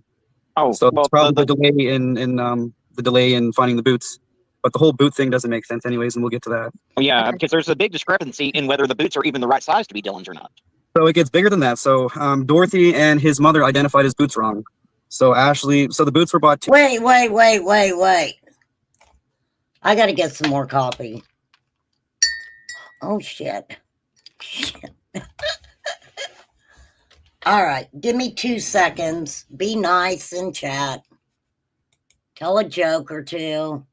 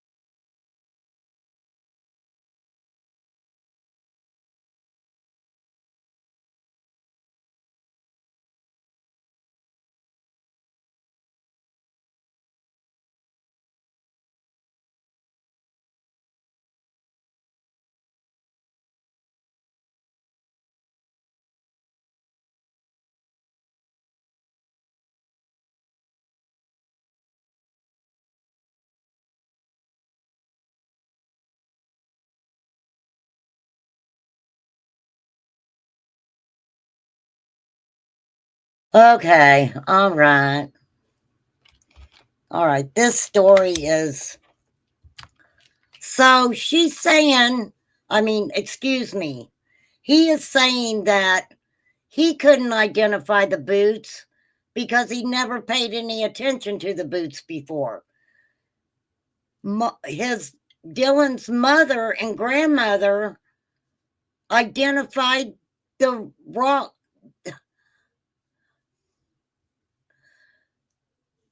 They identified the boots wrong. So what WTF? 2 weeks prior to his disappearance. And then his mom calls me, I think it was only 6 months ago from today. And she said she had a meeting with the police. She was crying. She said, I made the biggest mistake of my life. I identified Dylan's boots wrong. So she was watching a video of Dylan, just bringing back memories. And she came across a video of him running across the kitchen. And it wasn't too far behind. It wasn't too far from when he disappeared. So it was, in that year or within a few weeks of his disappearance. It was around his birthday, I do believe. And he went missing 2 weeks after his birthday. Anyway, she was watching the video and stopped the video and realized that the boots that cops found are in fact not Dylan's. So that's why I'm going on Global News Actually, this Monday, I'm not allowed to say where I'm going to do the interview or anything because they don't want anyone to know because we got a lot of weird followers and stalkers and people that try to destroy my life right now. It's kind of sick. They got a big group, and I've been working on trying to get it shut down. They've been terrorizing everybody for years. But the boots aren't Dylan's, and it's a bit. Wow. Wow. Wow. Wow. Wow. Yeah, that's all going on now, Sandy. That's all going on now in California. All the insurance policies, all that stuff, all over again. Wow. So the boots were identified wrong by mom and grandma, and dad wasn't sure about the boots. And later on discovers that mom, Ashley, says they misidentified the boots. Wow, that's a big thing right there. That's a big thing right there. Because of course, you find a child's boots in a river or whatever it was, you're going to automatically assume that the child probably has, ended up in the water. Big 4-year fuck up, basically. So, and I'm angry at the police on that aspect too, because when the boots were identified, so what are the statistics? 95% of the time, it's a family member or a friend. So why didn't the cops make sure 100% that those were Dylan's boots? Because they had the information that they were bought 2 weeks prior to his disappearance. So they could have went to Walmart where the grandmother stated she bought them, went on videos and receipts and stuff like that, and actually seen what boots she bought. And unfortunately, none of that was done by police. So they tried that 3 weeks ago, I think, or a few months ago anyway. The Truro police actually went to Walmart to try to retrieve all this stuff 4 years later. And Walmart only holds that stuff for 2 years. So it backfired on them. But that's more stress. It's like, why didn't you guys check that out 4 years ago? And now we're in this big fucking problem that the boots aren't his. Well, wait. Let me ask you guys a question. They misidentified the boots. So if the boots were misidentified, and how long did he say before mom realized she misidentified the boots?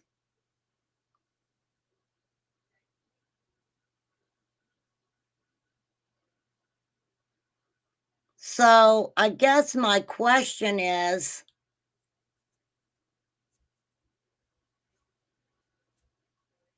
law enforcement to blame for that? I mean, I understand they say they didn't go to Walmart for a long time, but how important in the case now are these boots? How important are these boots now after a period of time? Let me rewind it. I'm sorry. I need to rewind because I need to hear him say again how long after he was missing that she learned that they identified the boots wrong. Okay, let's see. A screenshot from May 6th, complaining about the times that they had to go out. And, when they leave their families, it wasn't a good feeling because the critical time's already over. So they're going out to search for someone that's no longer alive, most likely.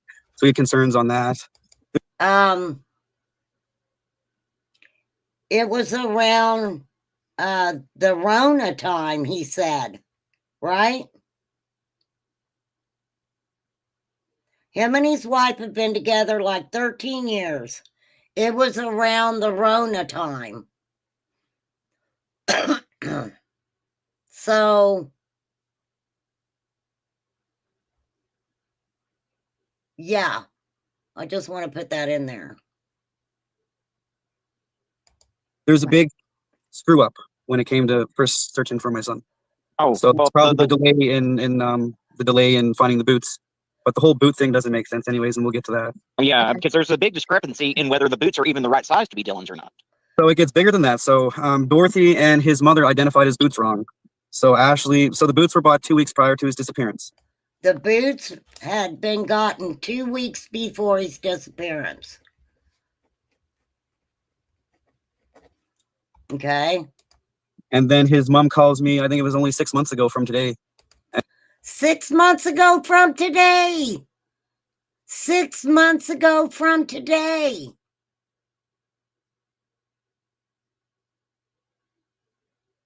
And he's been gone since.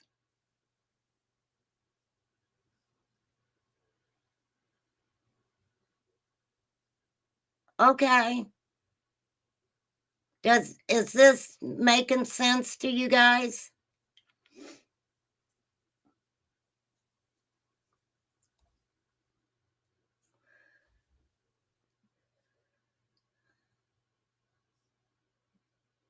Hey, Lee. Yeah, we got snow today. It kind of sucked. Okay, so we're into January.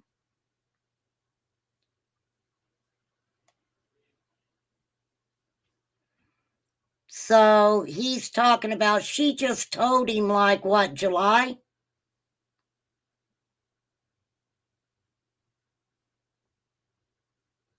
August?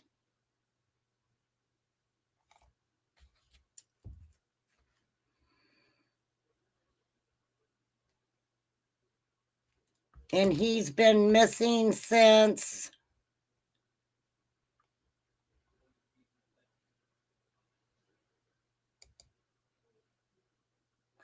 May 6th of 2020.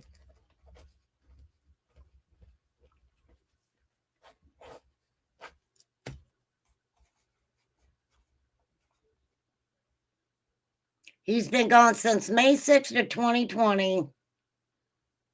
And 6 months ago, his wife, ex-wife, whatever, tells him she misidentified the boots.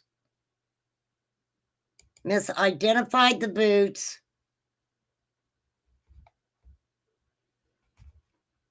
Screw up.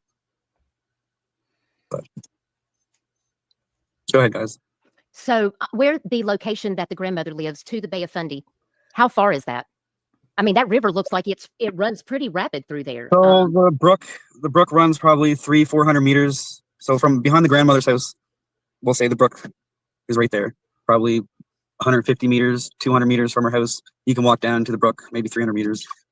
And from behind her house to the actual mouth of the river, or the mouth of the brook into the Salmon River, it's probably another 300 meters from there to actually get out to the river. His boots were found. The boots that his mom and the grandmother thought were his never left the brook. They were both submerged in the brook, but one was found in the brook underwater. The water would hit a corner of the wall in the brook and it would cause erosion. And in that erosion, there was a shopping cart, and in the shopping cart was his first boot submerged underwater. And then the second one was underneath the train bridge, closer to the mouth of the river. Both boots stayed in the brook. Now, this is a question I have. Oh, you're welcome, Miss Chewy. You're so welcome. You too, Miss Chewy. Thank you for coming in. And I still want you to make me some candy. This is Remain Calm. What do they call it? E-bagging? E-bagging on my own channel. I want candy. I want candy. Okay. So, all right. Does this make sense to you guys? Because you guys know how I think, and I have a lot of questions here. Now, he wasn't there that day. Just to let everybody know, he said he was not there that day. He was on the phone for 2 hours with the victim services. He was having a rough way to go. And let me tell you, he was already down in the dumps And then his son goes missing. His son goes missing. For real. Dang, Neko Japcat. Where have you been? I have not seen you forever and ever. And ever and ever and ever. But I hope your holidays were great also. Okay. So if these boots were too big for him and he did step into the water, it would have been very easy for them boots to fill with water. Okay. And, you know, he wouldn't have been able at 3 years old, I don't think, to be able to stand up, right? My stalker, you've been hiding well. Have Nico been stalking you? Okay. A lot of debris, a lot of fences. They call it fences, like logs crossing, stuff like that. I even remember Search and Rescue saying, I don't see how he would have made it through this brook. And then we got cops saying that the brook was up to their chest, but in pictures, they're not even up to their waist. So there was a lot of... So grandma is saying that she tied up the dogs, turned around, and he was gone. So that's a good possibility. Maybe he stepped into that brook, and if it was, you know, if it was going pretty fast, right? Maybe his boots filled with water. But now mom is saying those aren't the boots. Okay? Those aren't the boots. Of exaggeration, but that's what we were being told. But I think they dropped the ball at that time, so they were just... It's a messy case and a lot to do with the cops. Well, in my opinion, they dropped the ball right off the bat by not issuing an Amber Alert right off Jump Street, because had I they done agree. that, this case could be completely different now. I Yep. agree. I remember. So it's small town police, rural police. I remember the RCMP saying if he had arrived on scene and they couldn't find that child within 10 minutes, they would have called all resources. Hey, Jenny. So, you know, they broke protocol when we took them to court. We learned from our lawyer that, for an example, Sergeant Hunka, Truro police officer, was first on scene. He should have been IC of the search or CI of the search, IC of the search. He should have been in control, should have been able to call in all the resources, but that's not what happened. The deputy chief took over his duties. Told Sergeant Hunka, I'm taking over. It took an extra hour for EMO to send out the alert because the chief didn't know his address of his disappearance. So why would it take 3 hours to get an address of a missing child when apparently you guys showed up within 4 minutes? Yeah. Yes. Why would he take it over?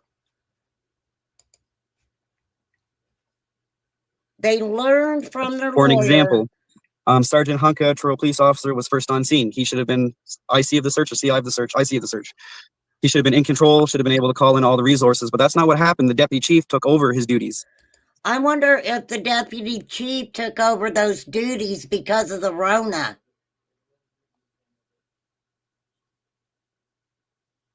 And the different protocols that they had to keep.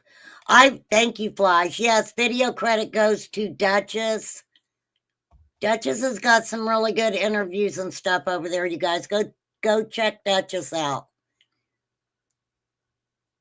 I'm kind of addicted to her first time interviews with these parents and stuff. I have to say, I'm a Duchess addict. Okay. I need to go to Duchess rehab. So if anybody wants to give to the Duchess Rehab Fund, feel free to do so. I'm just saying.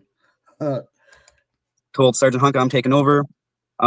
It took an extra hour for EMO to send out the alert because the chief didn't know his address of his disappearance. So why would it... Okay, why would the chief take over for a missing child case?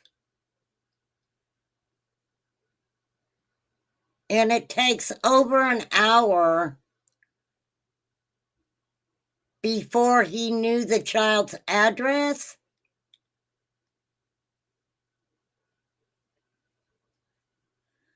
Yeah, I would want to know what is going on. what is going on. For real. It'd take 3 hours to get an address of a missing Thank child you, when Flies. apparently you guys showed up within 4 minutes. So how is there a giant 3-hour delay with catch EMO? And then they up tried to there. blame EMO. If you watch W5 News, they get caught in a couple of good lies, Oh, and wait. it stands the hair right up on you. It's Hold on. horrible. I can't get to it Wow. yet. It's So I was just while you were talking, I pulled up a map of Truro, and I was just trying to take a look here. You know, it looks like it's, you know, kind of a small town, and you can see how the Salmon River, you know, just kind of cuts, you know, right through that area, and then it comes out into that bay area. Is that where the Bay of Fundy is? when it opens up and gets bigger, yes. So the Salmon River, you probably see the 102 highway bridge, I'll share. and I'll share my probably screen, and we can take a look. probably a mile He's going to share after the that, screen, you guys, so it you opens can into see the bay. map. Then the bay opens There you into go. Atlantic Ocean. So So I'm looking here, and here we have So it would be, a circle he's here, talking and, about the Salmon looks River like all along here. here. yeah, Is the so Salmon the River blue dot is where we're running right missing. along. So the He's Salmon River, you see okay. the bridge right there. Where are we at here? Here you go. So you see where the field opens up? You're actually right at the mouth Truro. where the map is right now. Just leave it right there. That's where it opens up into the bay. So right there. You can just see it open right Okay. up. Right there. Okay. Where? Yeah, I see where the Truro Nissan is. It looks like the Salmon River starts to get bigger right about here where this bridge is, where 102 is. Oh, okay. And I They're think when talking I right up enlarged here. it, it says the Fundy Discovery Site right here. Yep, it's probably a kilometer past that, and then So it's that's why I was called the wondering if bay. this is Okay. It's one of the 7 wonders of Atlantic Canada, I do believe. got Or it. it's Wow. it has a wave that goes up and down a river, right? So it's pretty different. Ehler, the last 3 areas were just looking for the last 3 years, searching these areas. Yeah, the here? whole bay right there. Yeah, that's a whole lot of ground to cover, and we That did a is lot of it. incredible. Here. I did a lot of it myself. I did a lot where with a they're couple of looking. older guys. I did a lot of it myself. The biggest issue I have is the only evidence that anyone has ever presented that he was ever in the water is the boots that turns out aren't even his. Exactly. So it's really, the cops are going to have a lot of pressure come Monday when it airs on Global News. Right. And Tandy, I wanted to address your comment. You said, was he outside when he went missing? Yes, apparently he was out in the yard with his grandmother, and she turned her back to tie up a dog. And when she turned back around, Dylan was not there anymore. So Okay, so if Grandma was right there watching him and he just poof disappeared, that's weird, right? Oh, there are some not confused. So we hired a private investigator. His name was Dave Worrell. He was Okay. 36. He was 36 years, major crimes, Halifax, Nova Scotia. And he dealt with cold cases also. And in W5 News, once again, with Avery Haynes, the best investigating journalist in Canada, he states that he'd be a little worried about her timeline and story. It doesn't make sense. Yeah. And he states that right on W5 News. So we do, even his mom, Dylan's mom, has some concerns on that timeline and the whole story. She's also part of a hate group, which terrorizes me. So, you know, how can you Wow. lose? Oh, so Grandma was the last one to see Dylan outside. Grandma's story doesn't make sense. I don't know. I'll have to find out, Jenny, because kids are very fast. Kids are very fast. And yes, her tying the dogs up, I'm with Jenny right here. How long did it take her to tie them? Like, how much head start did he have? Yeah. He was probably, even with boots on that might have been a little bit too big, them kids can haul butt. For me, how do you lose my baby and then terrorize me? I don't quite understand it. You know, I'm going to say things online or investigate her, obviously. I'm going to find out, because guess what I'm going to do? We're going to see what Grandma has to say. We'll try to find her Facebook. Anybody knows Grandma's Facebook, let me know, please. Because I'm told by professionals her story doesn't make sense. So obviously, you know, that anger's there, you know, all that normal Why stuff. doesn't it make You know, sense? but to terrorize me, and like, for an example, just yesterday, she wanted pictures of my new car. You know, it's like, why would you want that? You know, it's all over this hate group. It's called private inquiries and investigations into Jason Ehler Facebook group. Okay, wait. He's telling us. He just said. Okay, hold on. Lose, for me, how do you lose my baby and then terrorize me? I don't quite understand it. You know, I'm going to say things online or investigate her, obviously, because I'm told by professionals her story doesn't make sense. So obviously, you know, that anger's there, you know, all that normal stuff. Sure. You know, but to terrorize me, and like, for an example, just yesterday, she wanted pictures of my new car. You know, it's like, why would you want that? You know, it's all over this hate group. It's called Private Inquiries and Investigations into Jason. Private inquiries. I'm nosy. I'm checking it out. Private inquiries and investigations. Why is she wanting him investigated? Did the one thing I would like to know, does the victim services have a record of him calling there? Because don't forget, when someone calls one of those agencies, right? It's confidential. It's confidential. So I don't know if they would have to say if he called them or not. Unless he gave them permission, right? I would think, right? Jason Ehler Facebook group. Okay, Jason Ehler. Jason. Well, they are coming after you because they are using your name, Mr. Ehler. Wow.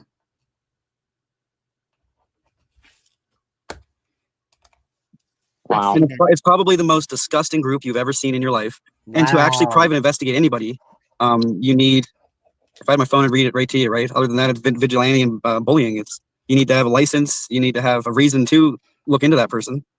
You know, you just can't have private groups investigating and making shit up, right? I would think. And then they actually go as far as calling CPS on supporters. If, let's say, for an example, I get a girlfriend and they find out about it, they'll actually search into her to find dirt out on her to push her away. So they'll do everything in their power to push her away. They'll attack her job, or they'll slander her. Why? They are really coming for you. Why? Why is Grandma mad at you? I don't know. To the point where, you know what I mean? Just anything to push them away, right? It's all the time, but it's like Facebook is allowing this group to continue. It's been 2 years. We're the second people in Canada, Nova Scotia. I think it's all of Canada now, but the cyberbullying legislation of Nova Scotia, reenacted by Rehtaeh Parsons, died by suicide. So we use this legislation with a lawyer for civil action lawsuit to stop the groups. And we won. We weren't in it for money. They were ordered to shut down the groups and obviously not talk about Dylan or say our names on social media anymore. But then what they did was turn around and they made fake accounts. Well, now you can't do shit about it. So then they made this new group, and it's just been lingering and destroying my life for a long time. Like, Jason, I have a question. Now, I know that in researching there were some TikToks that Ashley had made that made her look pretty suspicious. Would you like to talk about those at all? Sure. So I didn't know about the TikToks until a few days after his disappearance. Is that a YouTube channel that's dedicated to Dylan Blythe?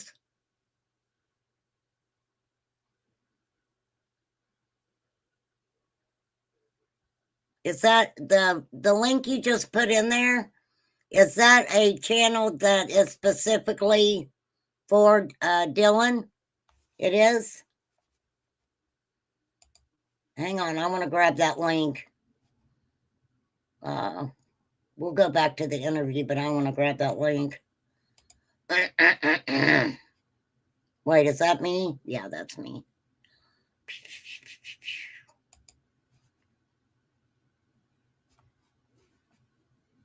Okay. All right.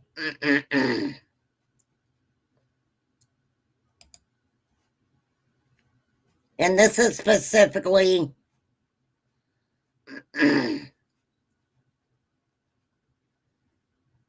I don't know whose channel that is. DED, whoever that is. Here, we'll go back to the interview.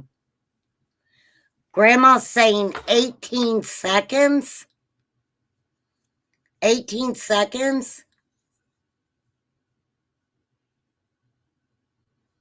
Well, you would think within 18 seconds, if he fell somehow in that brook, I would think Grandma would hear him or see him.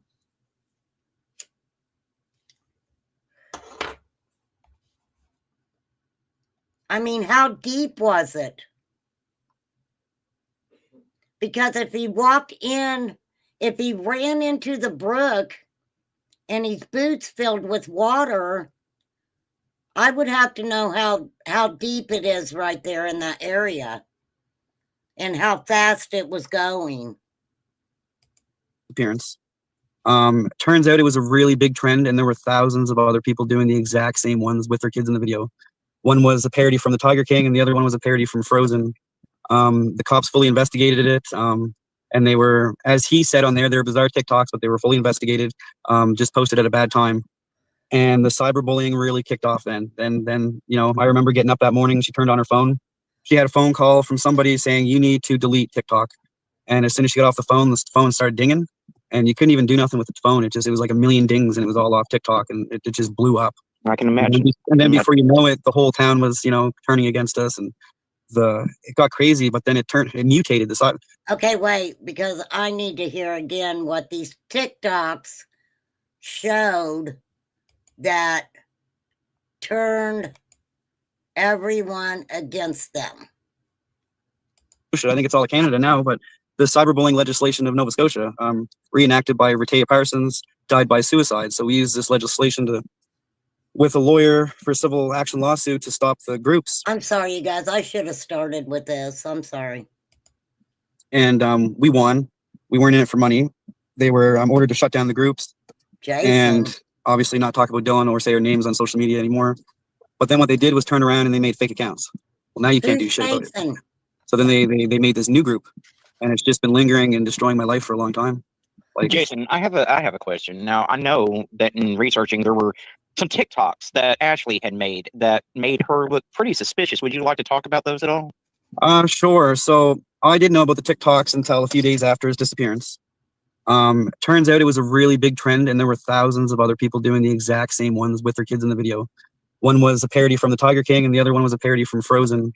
The cops fully investigated it, and they were, as he said on there, they were bizarre TikToks, but they were fully investigated, just posted at a bad time.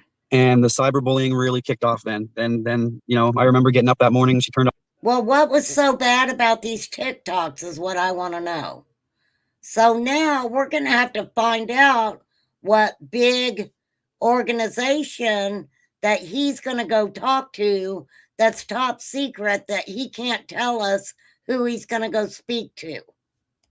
Turned on her phone. She had a phone call from somebody saying, you need to delete TikTok. And as soon as she got off the phone started dinging, and you couldn't even do nothing with the phone. It was like a million dings, and it was all off TikTok, and it just blew up. I can imagine. And then before you know it, the whole town was, you know, turning against us, and it got crazy, but then it mutated the side. Well, how bad were the TikToks?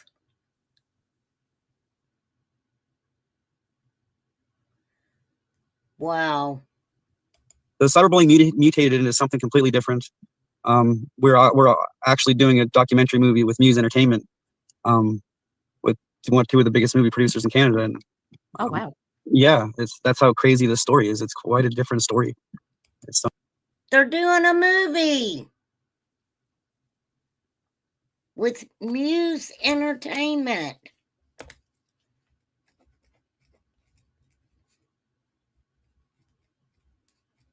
So if you're doing a movie with Muse Entertainment, why can't you tell us the top secret channel you're going to be on so we can hear your interview?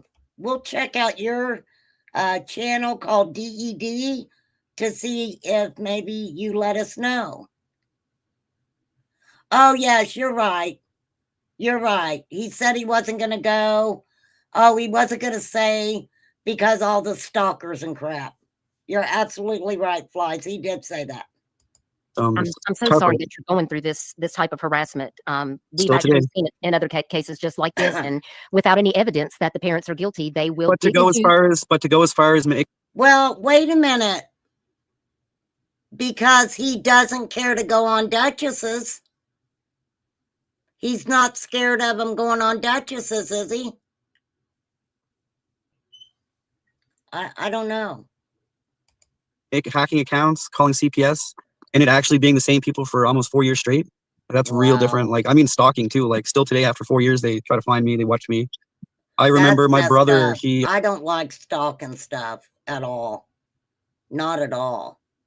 So Grandma's coming after him for a reason. Why is Grandma coming after him so bad? He wasn't there.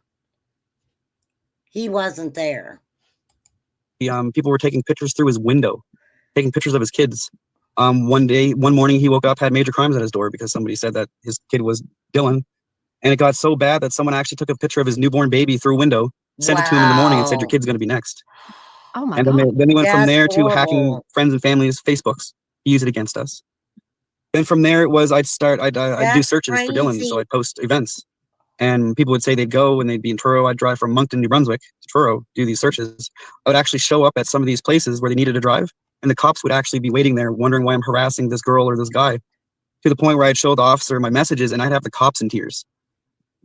I'm talking some major crazy stuff. Like, so is he saying that he was setting up to go look for his son and people were supposed to meet him and the cops would be waiting on him and the person he was supposed to be meeting to look for his son were saying that he was stalking and harassing them? Is that what he just said?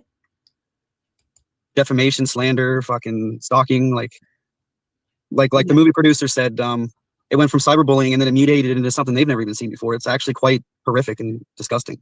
I'm so sorry. Leon wants to know, was Dylan the type of child to run off if the opportunity came? Did he like the water? Could he reach the water in time? So Okay. he liked water. Most kids do. He would definitely run away from you if he had the chance. He was a very outgoing, full of mischief, always wanted to explore kind of a child. Sure. Like he was, Dylan basically went from dragging himself on the floor to walking. Like it's like he skipped the crawling. He could balance and stand on chairs and let go of the like the legs of the chair. You know, that's funny because my kids did that too. They would scoot with one leg. They would scoot around with one leg or use both their legs. They went straight to walking too. Not him, the grandmother said it. No, what I was asking was, he was going to go search for Dylan, and was he coordinating with someone else that was going to go with him? And then he would show up to search, and Grandma, you're saying Grandma would call the cops and say that he was harassing people or whatever, right? Is that what you're saying? He would actually put one on the ground and he'd stand on the legs and he'd let go and stand up on it. Like his balance was incredible by, that was 2 weeks before his birthday. So he wasn't even 3 yet. So he was a little daredevil, very happy, all smiles, 100% boy, loved the dirt, loved to play. Now, wait. Outgoing, full of He would mischief, run always wanted away to from explore, you. kind of a child. Sure. Like he was, Dylan basically went from dragging himself on the floor to walking. Like it's like he skipped the crawling. He could balance and stand on chairs and let go of the like legs of the chair. He would actually put one on the ground and he'd stand on the legs and he'd let go and stand up on it. Like his balance was incredible by, that was 2 weeks before his birthday. So he wasn't even 3 yet. So he was a little daredevil, very happy, all smiles, 100% boy, loved the dirt, loved to play. I remember, he'd trip and fall and you could tell it would hurt, but he'd get up and he'd shake it off and keep going, right? He's an amazing child. They were searching. So what are some things that Dylan enjoyed everybody, doing? right? Did he have, what was his favorite game, his favorite toy? Did he have a favorite color? What can you tell us about Dylan? He really liked the book that we would read. It was a pop-up book with different farm animals, and he was obsessed with the chicken part. So every time I'd open the little card up or the little pop-up, He'd do his cock-a-doodle-doo, and he'd just be all excited, right? He liked Aw. Baby Shark. He liked his favorite movie was The Good Dinosaur. He was very into dinosaurs. All around boy. He loved doing it. It is refreshing to hear a father be able to tell us what his son liked. Thank you for that link, Flies. I want to grab that Activities, swimming, and all that so I stuff. can put it on It my looks like he's such a community sweet kid. page. And I know you must miss him very much. So are you and the mom still working together to try to get answers for Dylan's case? Unfortunately, no. I need to do Me this. and Ashley finally broke up Okay. with having a missing child. It lasted another maybe year and a half, and it broke our whole family apart. I got into this weird, I don't know what it was, but I got into this phase. If you didn't search for my son boots on the ground, get the fuck out of my life. So then I started pushing away family, friends. I pushed away That's my entire life, interesting. and I got obsessed with searching and fighting. I Wow. don't think I've taken a day off. I'm always on social media fighting and fighting. That's sad. You know, I'll bring up the producers again. You know, apparently my fight is very inspiring. They've never really seen anyone fight as hard as I fought. Like I really got obsessed with fighting and fighting and fighting. And that's, you know, getting them on like Wired Magazine or McLean's Magazine or Nancy Grace, W5 News, the movie. Then it went from I'm going to make a YouTube channel right up to I got almost 3,000 subscribers now. Wow.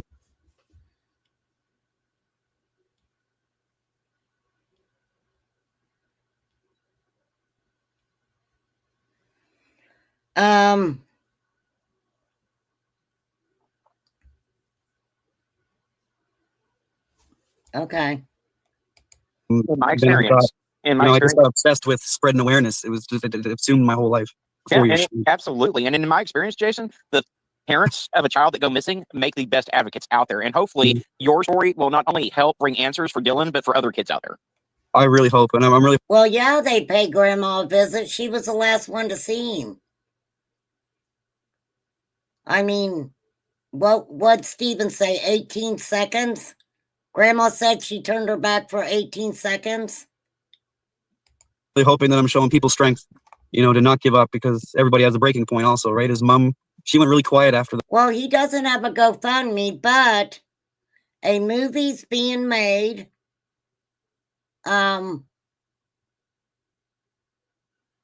Many things are taking place. When did he start his channel? I want to see when he started his channel. December 3rd, 2020. December 23rd, 2020. He started this channel. He's got 2.64. I already subbed to it. So, the story's 43 seconds. I should have just played. I could have played his YouTube channel. Okay, anywho, moving on. For the first year, you don't even hear a peep from her. And me, I've just every day, right? So I do believe everybody has their breaking point. He's not. And I really hope I'm showing that never to give up, you know, keep going. You know, with me, it might drive you crazy, but I keep going anyway. That's all that you can do. He's Zena, my thank only you. child, so if I'm not fighting for him, I don't feel like I have a purpose. You know, maybe it was the promise I made to him. I told Dylan the day he went missing that I wouldn't work, I wouldn't do anything but 100% Dylan. And I actually did that to the point where I ended up homeless because I wasn't working. I kept searching and searching and fighting to the point where I had nothing. You know, and then I actually had to crawl myself out of nothing and get back on my feet a little bit. You know, it's not living. None of it's living. They say time, it gets easier. No, it doesn't. Not even a little bit. I feel the same as I did May 6th. It's overwhelming. Or maybe I'm just different than everybody else. I don't know. It never gets easier. I mean, you have that empty seat, especially during the holidays, because you have that empty seat at your dinner table every Thanksgiving, every Christmas, and you just yearn for some real closure. You need to know what happened to your little boy, and I get it 100%. I absolutely do, and my heart goes out to you so bad because I've talked to families time and time again, many of which are in the chat. Barbara Hall, she lost her son Timmy. Yeah, she's right. She's in chat. Barbara, thank you so much for being here. We have a couple of parents in the chat that have lost their children. Okay, I'm going to hop over to Dad's channel. I believe he's only got, well, he's got quite a few things here.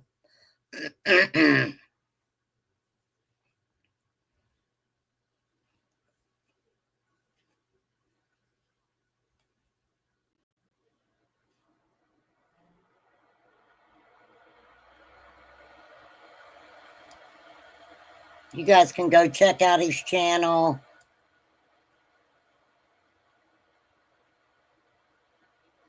There's Dylan's mother. She's got a channel with, she's only got 373 subscribers.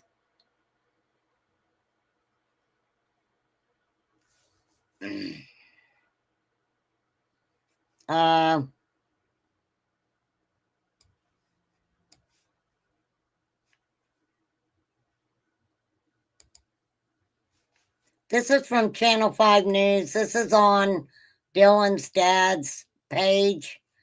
I'm just going to go through it real quick. It's like a documentary type thing. So let's see what this is about. Wonder Share Film more ago. Okay. I don't want to get in trouble for showing this, but anything. We didn't expect people to reach out like they have been. Here we go. Suspicion turns to the grieving family. Here we Felt as go. if like everybody just turned on me. There were pieces in her story that I'd be a little concerned about. Did you have anything to do with the disappearance of your son? Welcome to W5. If you've ever lost sight of your child, Probably even for quite a just a few on fraction of a second, Facebook you know the from terror what it that sets sounds in. like. Now imagine living with that feeling for a year and a half. Tonight, a 1-hour special into the disappearance of a 3-year-old boy in Truro, Nova Scotia. How the mystery has fractured a family, divided a community, you and raised some got serious snow now? questions about the way the case was investigated. Here we go.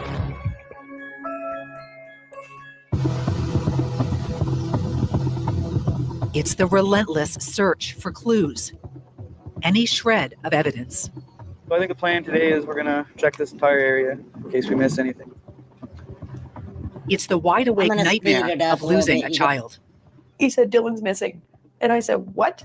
And the whole world fell apart right there. I hit the ground, started crying. It's the anguish of not knowing. We don't know if he was taken. We don't know if he drowned. We don't know if he's alive. We're stuck in limbo. Trigger warning, you guys. Ashley and Jason have been in that limbo since May 6th, 2020. Tonight, still no sign of Dylan. The heartbreaking search for a missing 3-year-old boy. How's everybody making out? Good, not bad. The day of this search marks 16 excruciating months since 3-year-old Dylan Ehler vanished. If you're happy to know, clap your hands. If you're happy to know, clap your hands. Gone almost without a trace in Truro, Nova Scotia. It feels like day one over and over. If Grandma was the last one to see him, she was tying up the dogs. She said he was gone within 18 seconds. Then either he did end up in this body of water or Grandma knows what happened. That's basically the only two things, right? If Grandma is telling the correct story. And over. I just want him to come home. Official search and rescue missions have long been abandoned. There we go. But since he's vanished, sometimes 2 or 3 times a week, Dylan's dad, Jason, and a small group of volunteers have been desperately searching and hoping. The only time I feel at peace is when I'm searching for him. I can breathe. When I'm not, I can't breathe. Dylan's mother, Ashley, is living a life suspended in time. When I walk through this house, Does he have, I wonder if he has his own divers. Because the possibility that maybe if he did end up in that body of water and it had a really strong undertow, you know, he may be caught. He may be caught somewhere.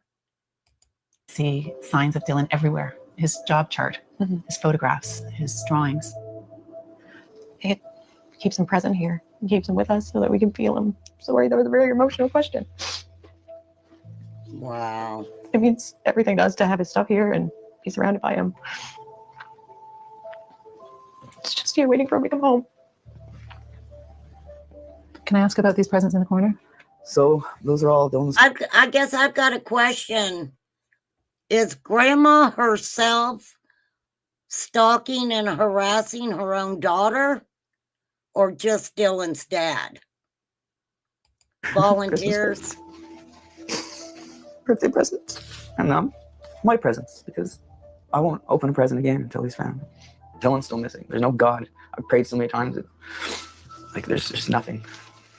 Ashley and Jason have been praying for Dylan to come home since that day in May of 2020, when he was dropped off at his grandmother's home for a visit. Look how I gave him a hug and a kiss. I told him to be good. I loved him. Mom dropped him off at Grandma's. Mom dropped him off at Grandma's. Dad had been trying to contact Mom and Grandma, remember? And they were not answering the phone.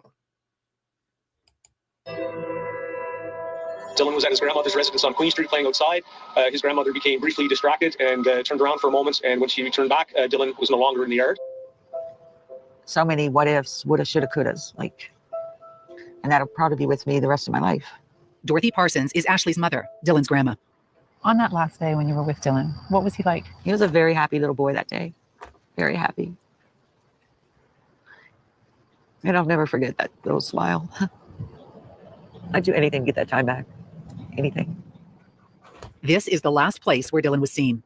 Can you walk me through what happened on the day Dylan disappeared?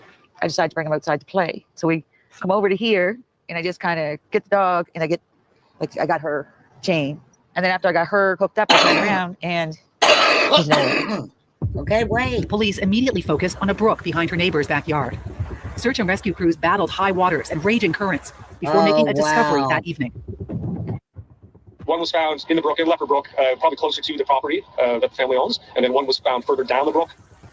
When the chief came in, he had a picture of boots on his phone.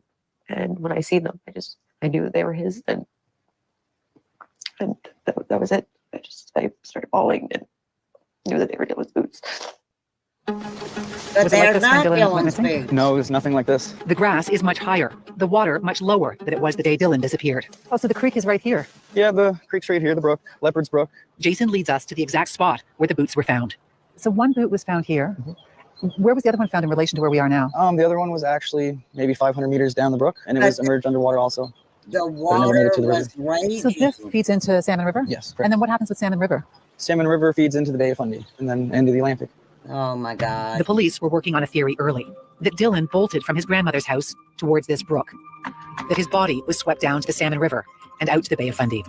A mannequin the same weight and height as Dylan was used to see if it was possible for a boy his size to be pulled down the creek and out to sea.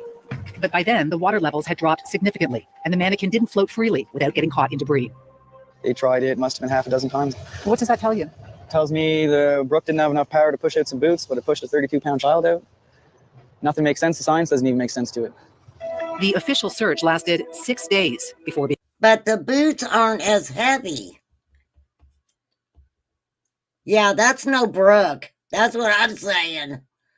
That water was raging. Did you guys see that water when it was raging the way it was? I mean, that water was raging.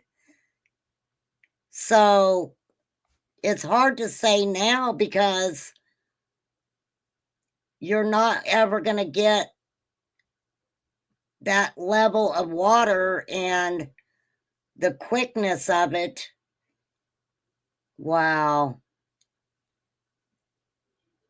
6 months ago, she knew. Yes, 6 months ago. Now she's saying, and she just said 6 months ago that she misidentified those boots. Is what she said 6 months ago. Being called off. My dreams are horrible. My dreams are nightmares. Every dream I have, I'm searching and I find it. I can't get to it. I just see him from behind. So I just never get to him. It's like day one, all I want to do is pick him up, take him to my house. Oh, this is heartbreaking. The mystery of what happened to Dylan has consumed his parents. Don't forget, I want to repeat, Dad wasn't there that day. He said that he was not there that day. He was calling. He wanted to go pick him up. He was really excited about seeing his son. Then he, kind of got into it with his mom. His dad was in the hospital. He had gangrene. They was getting ready to remove a couple toes.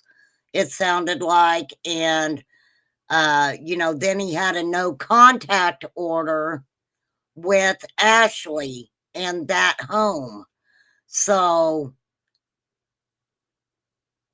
was Ashley staying with her mother at the time, or they had their own place and she had him removed from the home?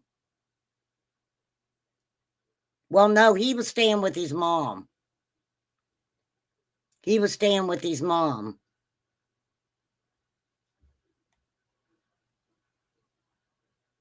Mom dropped him off at grandma's.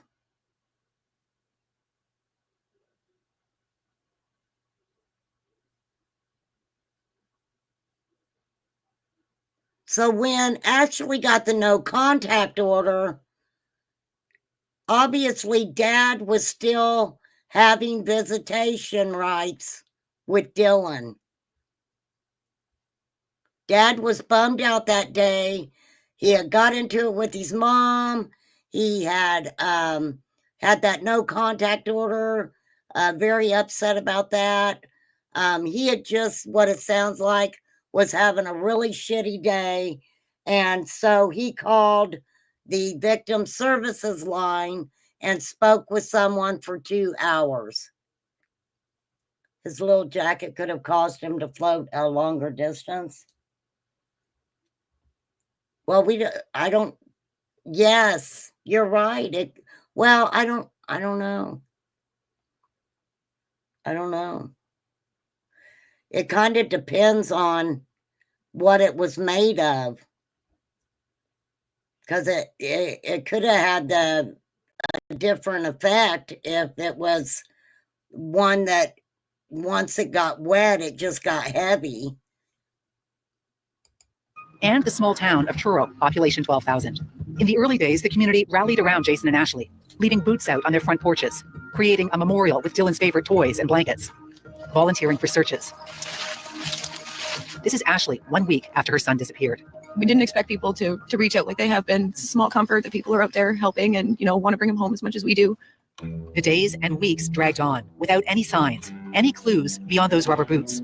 1 month after the disappearance, Jason and Ashley announced a crowdfunded $10,000 reward in the event that Dylan had been abducted. Please bring. Were those the actual boots? Were those the actual boots that they found? I'm wondering. Y'all seen the boots, right? I don't want to have to try to go back and find it. Bring him home because I need him. We miss him. He's everything.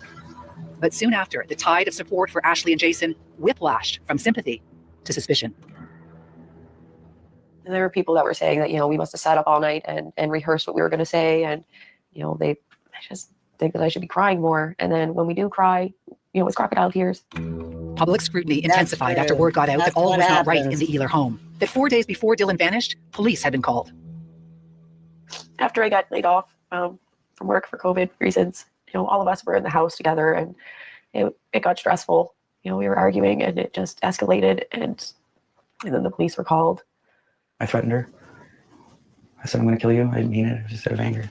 And you were both charged with domestic violence? Yes. And why was Ashley charged? Because she punched me. That was enough for online sleuths to start combing into Jason and Ashley's past. And then they believed. See, y'all think this started with the Summer Wells case? No, no, no. This stuff's been going on for quite a long time. The online sleuths. I thought they was just taking pictures of the boots people were putting out to show support. Yeah, that's why I was asking. The boots that they were showing with the parents sitting there, I don't know. They hit pay dirt. You ever just look at somebody and think to yourself, this mother gonna be the reason I go to jail? This is a TikTok video Ashley made and posted just weeks before Dylan disappeared. It was, I believe, from the show The Tiger King.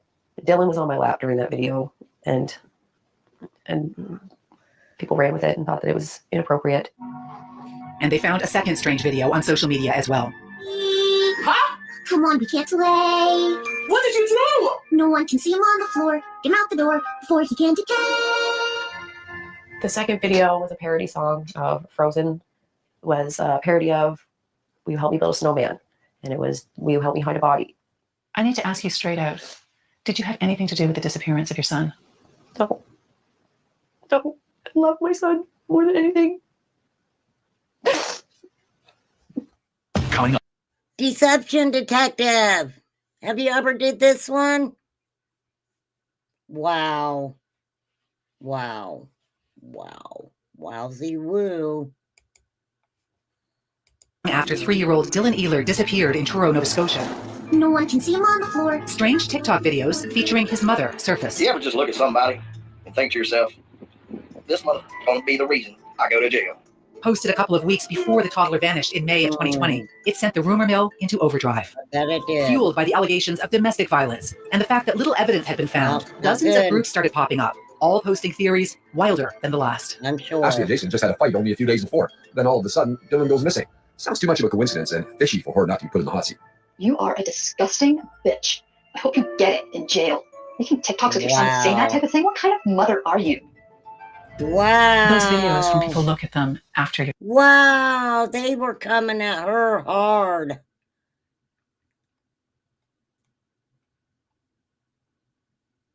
This case is interesting in more than one way. The priority is there's a 3-year-old boy who went missing in 2020? It is now 2025. He would be 7 to 8 years old right now.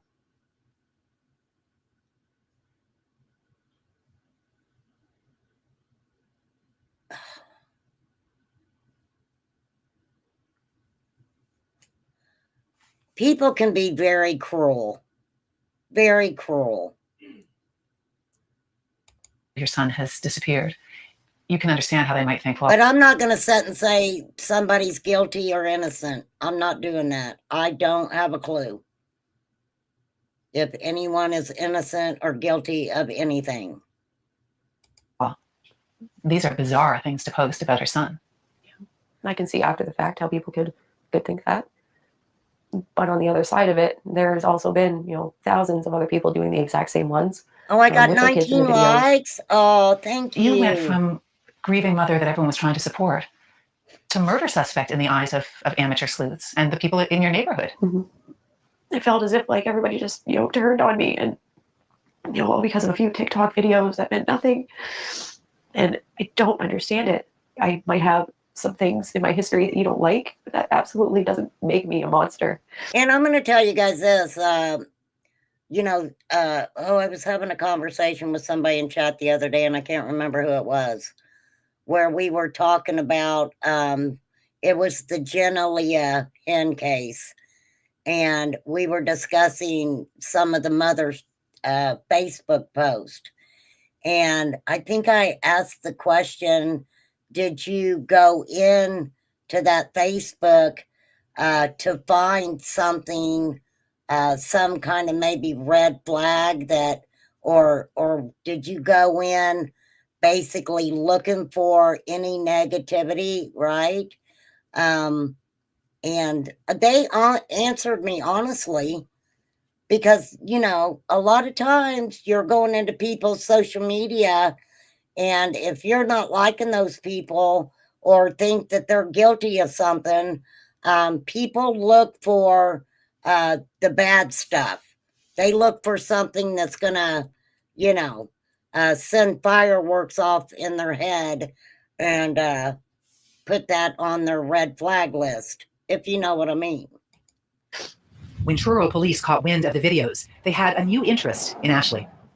When you saw Ashley's TikToks, when they surfaced, did that tweak something in you in terms of the criminal investigation? Yeah, I mean, that was a bizarre TikTok, let's say, and just at a bad time. So that was fully investigated as well. Dave McNeil is the chief of the Truro Police Department. I've never seen a case actually in all my career take on a life of its own, such as this case.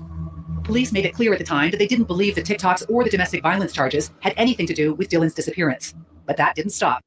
Okay. Police have said the DV incident and the TikToks, they do not believe has anything to do with Dylan's disappearance. Okay, so that is out there.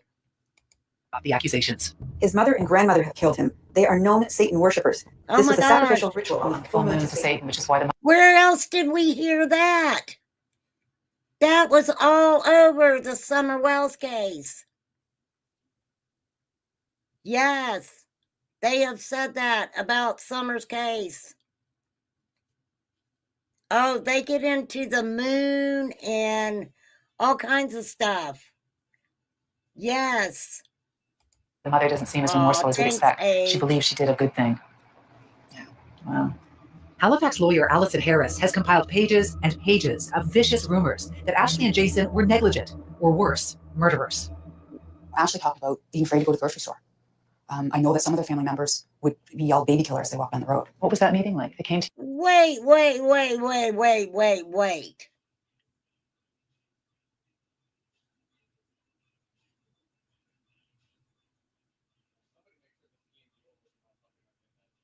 Who else said that?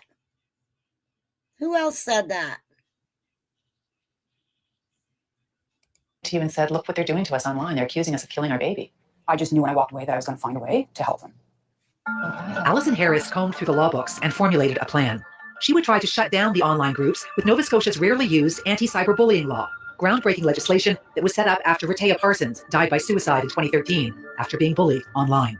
Harris targeted what she felt was one of the nastier groups, a Facebook site that had 17,000 members. The people behind the Facebook group that you targeted 17,000. aren't strangers behind a keyboard. That's almost the more upsetting part, realizing that these people who, were strangers to Ashley and Jason, didn't know them before this, but are actually members of the community. Some of them actually were showing up in searches. The tragic thing in all of this is that the most salient part of the story, the disappearance of a 3-year-old boy, seems to be lost. Yeah, really has. That's what I find the saddest part of this story. And that's really all Jason and Ashley wanted to focus on right from the beginning. Sad. Finding Dylan. The parents of a toddler who disappeared last spring are taking their fight against cyberbullying to court. And more than a year after Dylan went missing, a victory in the courts. You won. Essentially, yes. The administrators of the Facebook page were ordered to shut it down. But by then, the damage had been done. Dylan's memorial was destroyed after rumors surfaced that he might have been buried there. No. And phony ransom demands started pouring in.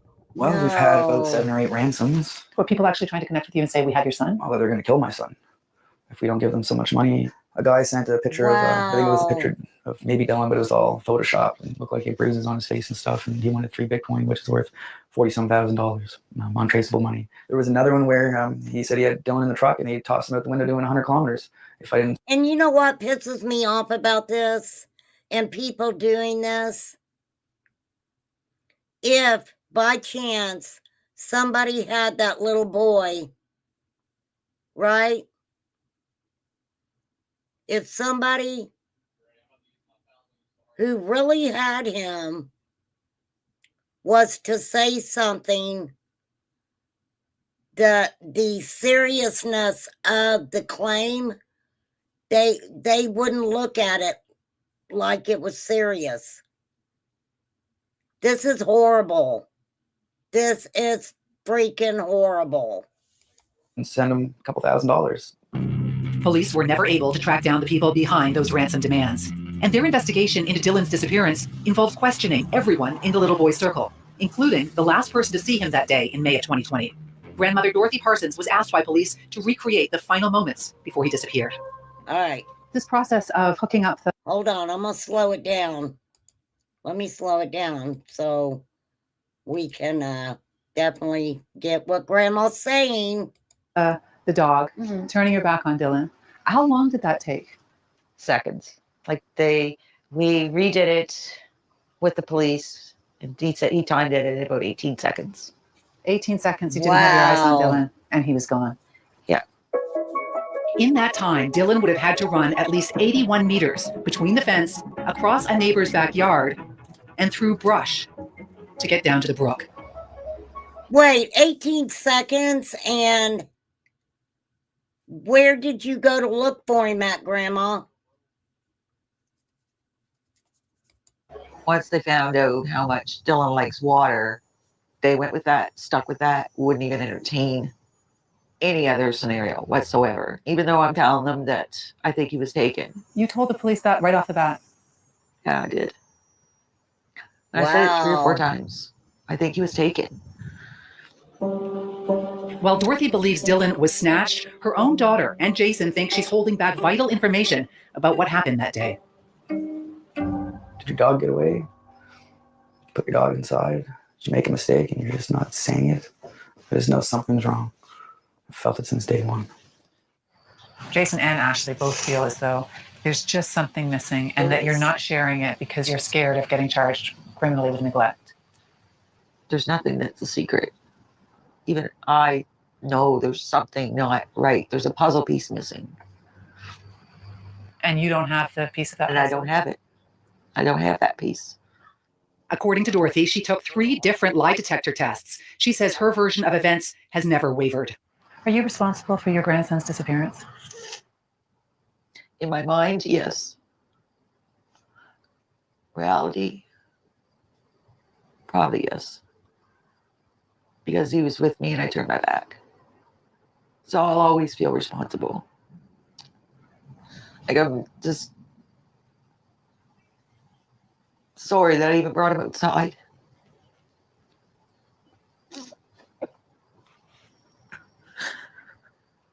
And if I could get those 18 seconds back. You call your mom Dorothy. Now, don't forget he went through the neighbor's backyard. I mean, it's just the way that she said in reality, yes.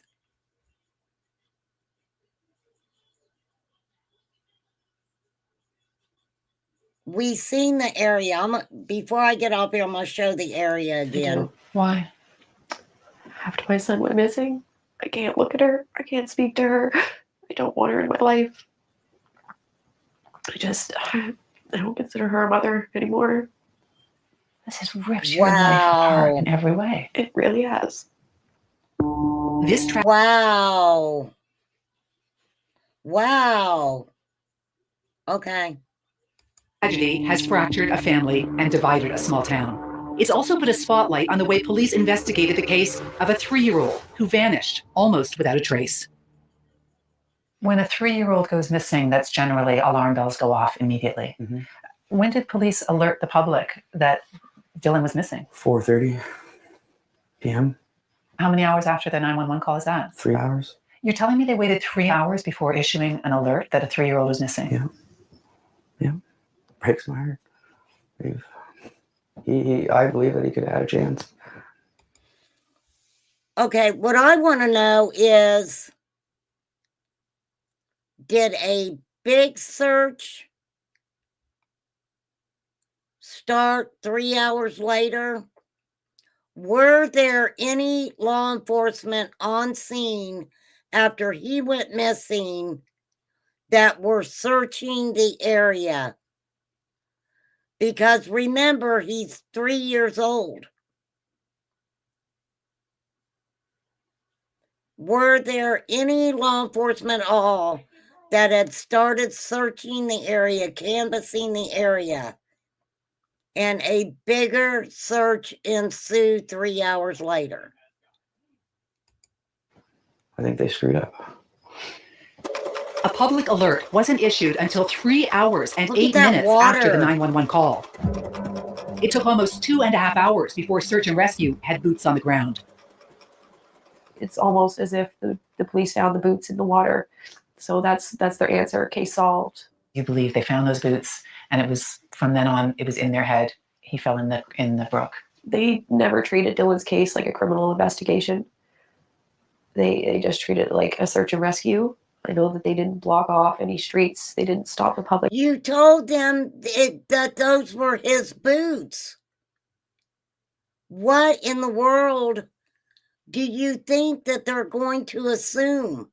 Now, granted, they shouldn't have assumed anything, but if they would have known right away that those were not Dylan's boots, maybe that investigation would have been a little different. Right? Like from coming into the crime scene or the area that he went missing, they were very late on issuing alerts and getting help. So I think that tunnel vision did have a play in that. And once they found the boots, and that was it. That's where he went, and essentially the police tell us that we need to accept it and move on. Remember, the official search was canceled after 6 days. So frustrated and so desperate, Jason began conducting his own searches, sometimes 2 and 3 a week. He also scraped together enough money to hire a private investigator. I can accept the drowning theory if everything else has been eliminated. Dave Worrell is a former RCMP detective who spent 35 years investigating major crimes, including cold cases. For him, there are questions about Dorothy's recollections. There were pieces in her story that I'd be a little concerned about, especially the timeline. This is the last spot that Dorothy says she saw Dylan. Now, there are only 2 ways out of this backyard. He either would have bolted for Queen Street, this busy street here, or he made his way through this gap in the fence and headed for the water. The police theory is that Dylan was drawn to the water and was washed away by the strong current. But Worrell says police didn't seem to even entertain the possibility that the 3-year-old may have headed toward the street. We did canvassing on Queen Street too, because that was my concern, and the police hadn't done anything on Queen Street. Police didn't canvass on Queen Street? I don't think anybody we talked to said they've never. Where did Grandma go when she seen that he was missing? I don't think that Grandma would have just went back in the house, right? He's 3. Would he have been able to get back in the house by himself? Which direction did Grandma go when she was looking for him? If she was looking for him. Never been approached. There's only 2 ways that boy could have gone. You go back to Queen Street 6 months later and interview people along there. Prime areas of where he would have been, potentially. Yeah. And the people tell you they've never been spoken to by police. That's what they told us. You must have been shocked. Yeah, I mean, shocked or not surprised. I mean, if you don't have a good team, and that's all they do is go knock on doors for the next 2 or 6 hours, right? Then, it could have been a manpower thing. Dave Worrell says police had initially agreed to meet him about the case, but that meeting was abruptly called off. What do you think was behind them canceling this meeting with you? I think, all along, I think there's been friction between Jason and the police. That tension peaked after Jason organized this protest that ended up in the lobby of police headquarters. Okay.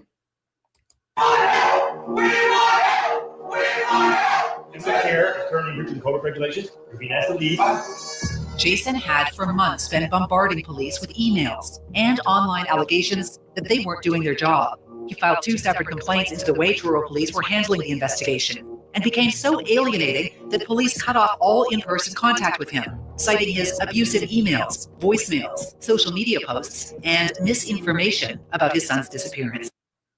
Who does that sound like? Crazy, right? When I made my police complaint, Chief McNeil called me and said, "You slow down your son's investigation. You're not to talk to the lead investigator, and you're to get 1 email a week because you filed a complaint." I was instantly angry. What do you mean it's going to slow down my son's investigation because I think you guys did something wrong? At the end of the day, it doesn't matter what they think about us. The child's missing. Who gives a shit about us? I would want to see that document. I would want to see that in writing. I'm just saying. Do you think the police are punishing Jason for speaking out against the way this investigation has been conducted? Yes. I understand that maybe they don't like the little rock in their shoe, but it's kind of too bad. I would be interested to know where Mom was. Because if Mom dropped him off at Grandma's, where were you? Where did you go? It's our son, and I can't imagine they would act any differently if they were in our shoes. Coming up. I wasn't allowed to be part of it. A family torn apart by tragedy. God, that's gotta hurt. Absence of facts, conspiracy thrives. The mystery of what happened to 3-year-old Dylan Ehler. Bank of the Leper Brook. Where's Dylan? It's been 365 days without him. It's hard to believe it's been a year already. We made little paper boats for Dylan. We decorated them, and We sent them floating down the Slender River. I don't know, I thought maybe that's something that he would like. And it was hard, but I like seeing the support and having other people come and join in too. And you didn't But invite not your everyone mother. was welcome. At the 1 year anniversary of the memorial that was held down here, everyone was all around the water, and you were way back, not a part of it. I wasn't allowed to be part of it. Because you're seen as the person who's responsible for this. Yeah. God, that's gotta hurt. Yeah. It does. Let me say this. Yeah, Grandma's story sounds wonky. I mean, I of course have a lot of questions and stuff. But if Grandma did turn her back for a moment, can you imagine the isolation that she was feeling? Can you imagine how much that she misses Dylan also? And she was left to, you know, that is sad. That is sad.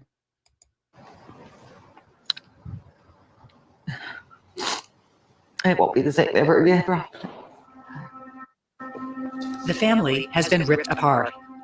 But on one topic, they are united, their belief that police bungled the case. We're very confident in our investigation. It was very thorough. There was no stone left unturned. Dave McNeil is the chief of the Truro Police Department. He sat down with W5 for a wide-ranging interview about the critical hours after Dylan vanished. Why was an Amber Alert not issued when Dylan disappeared? So an Amber Alert's only reserved for when there's a confirmed criminality. There's a very strict criteria that's used in issuing an Amber Alert. So this case didn't rise to that. You're saying that there has to be proof of criminality before an Amber There Alert? has to be evidence of criminality, yeah, or an abduction or something of that nature. Amber Alerts are used for only a very small percentage of cases, and they're reserved for very specific cases. And so what's called... That's interesting. He says it like that, right? We've seen other child, some children is, child, endangered child. They have all different levels. But he's saying there were no signs of criminality. That's interesting that he worded it like that. Called a non-intrusive public alert was sent out by the province's EMO, the Emergency Management Office, but not until 4:32 p.m. Dylan was reported missing to police at 1:24. Why would there be a delay of more than 3 hours before the public is alerted that a 3-year-old boy is missing? Well, the public was alerted. The non-intrusive alert took some time to get out through EMO, and that's outside of our control. That's with EMO. But the EMO couldn't send out its alert until directed to do so by police. The EMO tells W5 they received the approved message from Truro Police about the missing child at 4:13 p.m. 19 minutes later, at 4:32, the alert went out. That means it took police 2 hours and 49 minutes to relay information to the emergency office that a 3-year-old was missing. You feel confident that the public was alerted quickly enough that this boy had disappeared? Absolutely. Local radio, local Facebook pages, Town of Truro website, Town of Truro Facebook page, Police Service Facebook page. It's a small community, so those networks are actually more effective locally than another type of alert. So those were done very shortly after we established that the young fellow was missing. Oh, so he's saying Facebook, all social media, the neighborhood, different neighborhood organizations on Facebook were all alerted.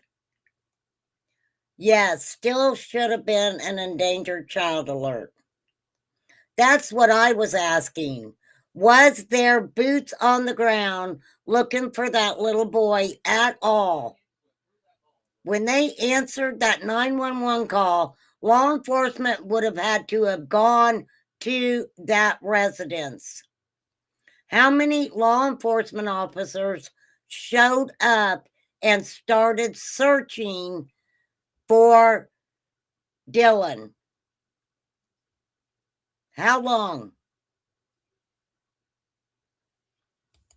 So a press release was sent out to all those agencies saying... I don't think a press release formal was out, but definitely messaging on a phone call to radio and social media pages for sure. In fact, there is no record of any alerts or advisories on the Truro Police or town Facebook pages on May 6, 2020, the day Dylan disappeared. The town Twitter account did tweet out Dylan's disappearance within an hour. There were questions online about why a public alert wasn't being issued. Clearly, like, time is of the essence in a disappearance, especially the 3-year-old. For sure. You know that there's water around. They believe, I'm telling you right now, they believed when mom identified those boots that that boy was in that water. They found one boot stuck to a shopping cart and the other one was downriver towards a trestle, I guess, a bridge. Around there, we know that there's a busy street. It seems like there was some delay in taking this seriously. I'll be absolutely clear with you. There was no hesitation. Police were there within 5 minutes of the call. Supervisor was there within 8 to 10 minutes of the call. K9 was there on scene within 40 minutes of the call. Ground search and rescue was put on standby within an hour. Helicopter was on scene very quickly. So all the moving parts happened and it was taken very serious. So I'm kind of... Okay, so he's saying there were canines there. There were people there. He's saying the helicopter was up within, and I'll let you hear it again. Disappearance within an hour. There were questions online about why a public alert wasn't being issued. Clearly, like, time is of the essence in a disappearance, especially the 3-year-old. For sure. You know that there's water around there. You know that there's a busy street. It seems like there was some delay in taking this seriously. I'll be absolutely clear with you. There was no hesitation. Police were there within 5 minutes of the call. Supervisor was there within 8 to 10 minutes of the call. K9 was there on scene within 40 minutes of the call. Ground search and rescue was put on standby within an hour. Helicopter was on scene very quickly. So all the moving parts happened and it was taken very serious. So I'm kind of offended that you would insinuate that we didn't take it serious, because I can tell you we did. Here is the timeline. At 1:24 p.m., police received the 911 call. Search and rescue didn't have boots on the ground until 3:45, 2 hours and 21 minutes after Dylan was reported missing. Okay, are they saying search and rescue or... Thank you, Sandy. He's saying, yes, they had people searching. Maybe they weren't considered the search and rescue squad, but he's saying, yes, they took Dylan missing seriously, and the dogs were there within 40 minutes.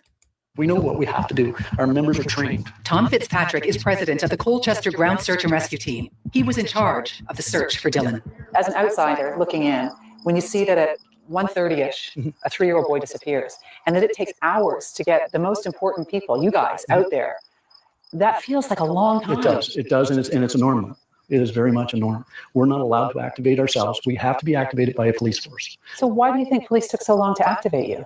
They were managing the scene from what we can tell. Would the odds of finding Dylan have been better had you guys been out there faster? I would say no, but could we have been on the ground faster? Yes, we could have been. We could have been on the ground faster, but the outcome of it, I don't think would have been any different. Chief McNeil denies complaints that the disappearance wasn't treated as a potential crime and says the neighborhood was thoroughly canvassed after Dylan disappeared.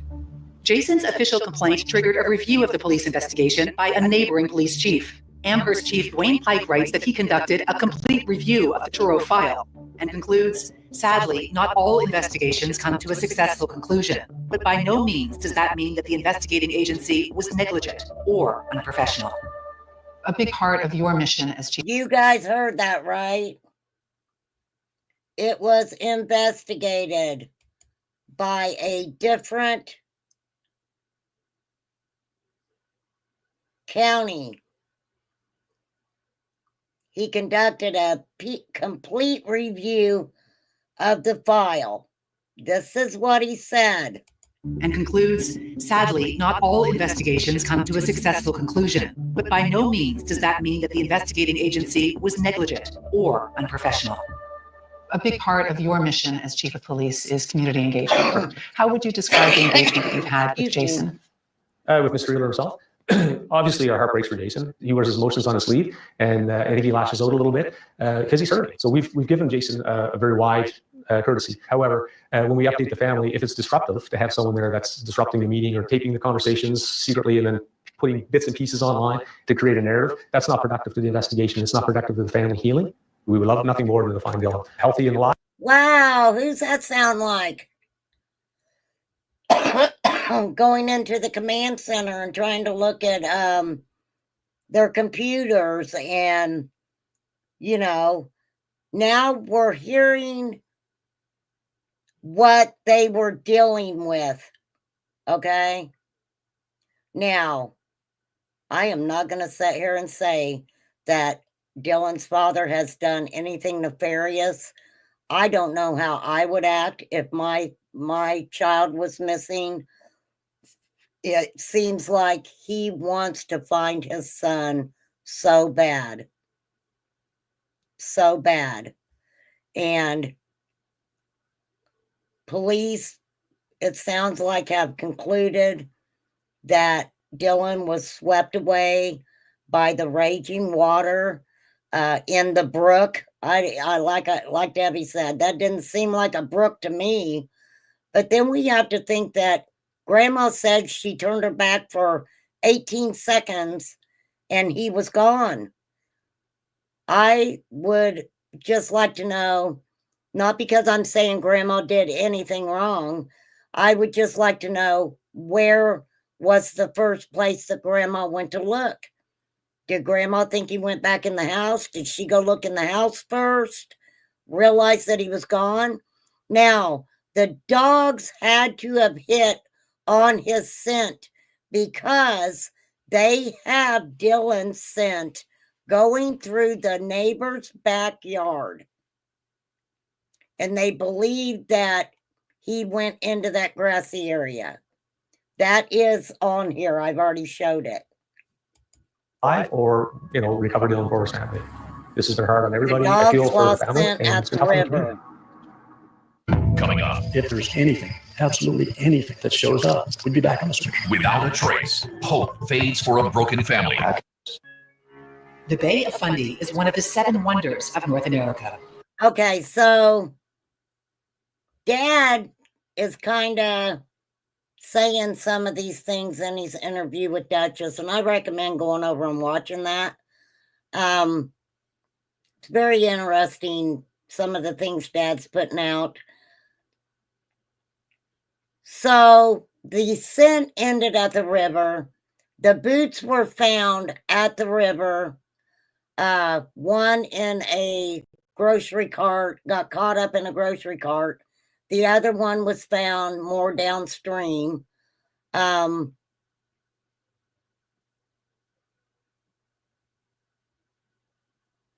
Could those boots have been just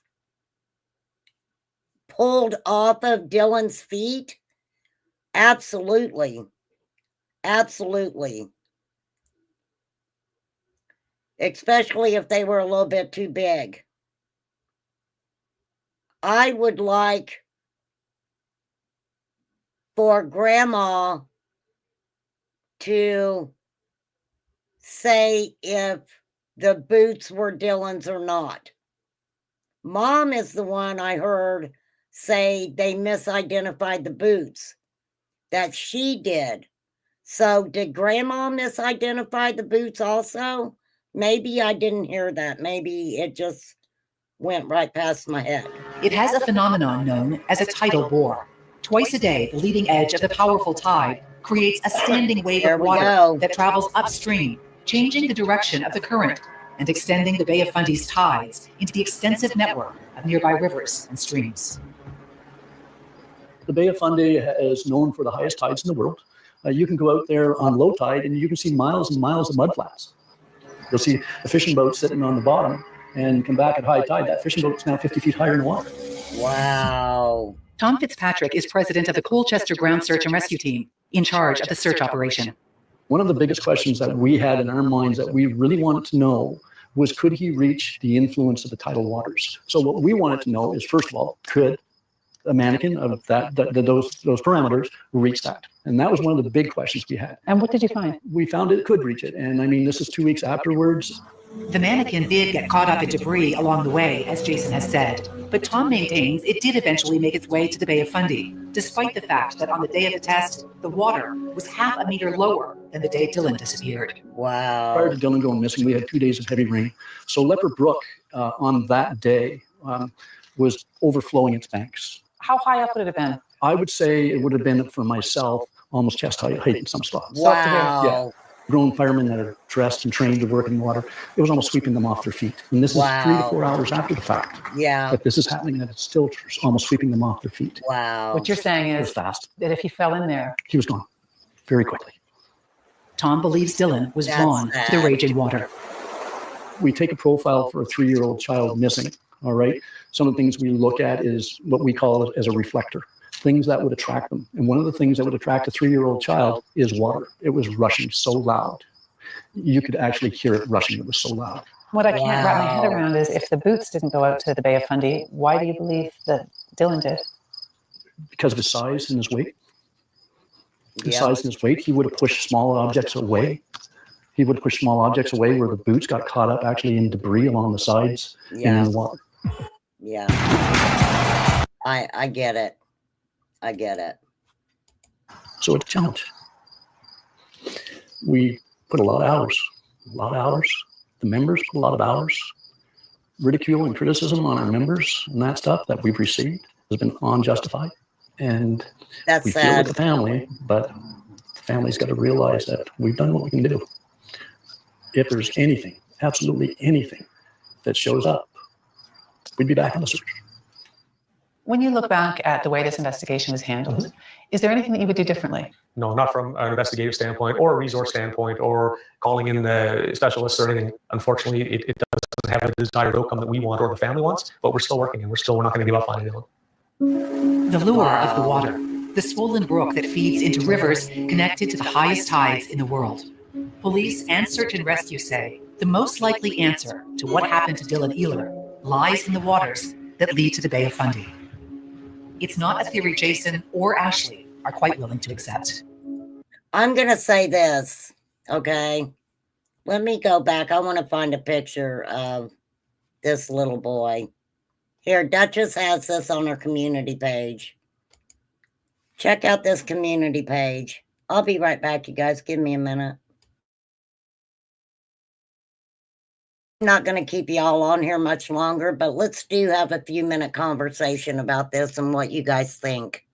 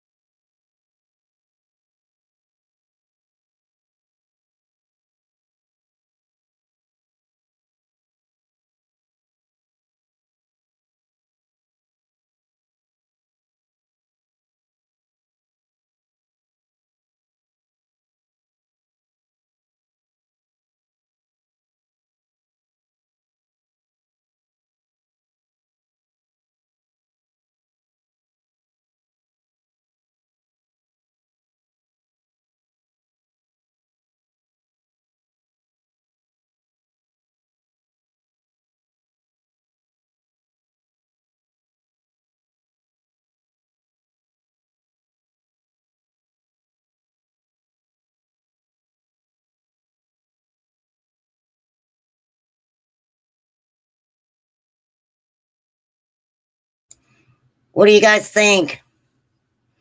Do you think it's just, this is what I want to say? This is what I want to say. I hope he's found. Do I think that the father is doing anything wrong? Absolutely not. Absolutely not. If he is going and he's looking on the banks and seeing if he can possibly find his son, there's nothing wrong with that. Nothing wrong with that at all. I want to say that. A lot of weird feelings here because with the grandma, if grandma didn't do anything nefarious and she did just turn her back for a second, she's kind of being shunned by Dylan's mother and father. I need to find out myself. Bye, night, Sandy. I want to find out myself why grandma is attacking dad so much. Dad should be doing whatever he needs. Yeah, absolutely. I agree, Jenny. Law enforcement feels that that he did end up in that water. Debbie said the scent trail stopped at the brook, which looked like a raging river to me. And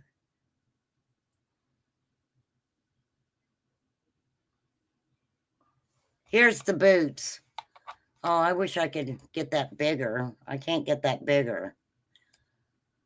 I'm going to try. I want to see those boots. Those are the boots. Those are the boots that they showed. That mom and dad showed. Hang on, I'm going to find them. It looks like them anyway.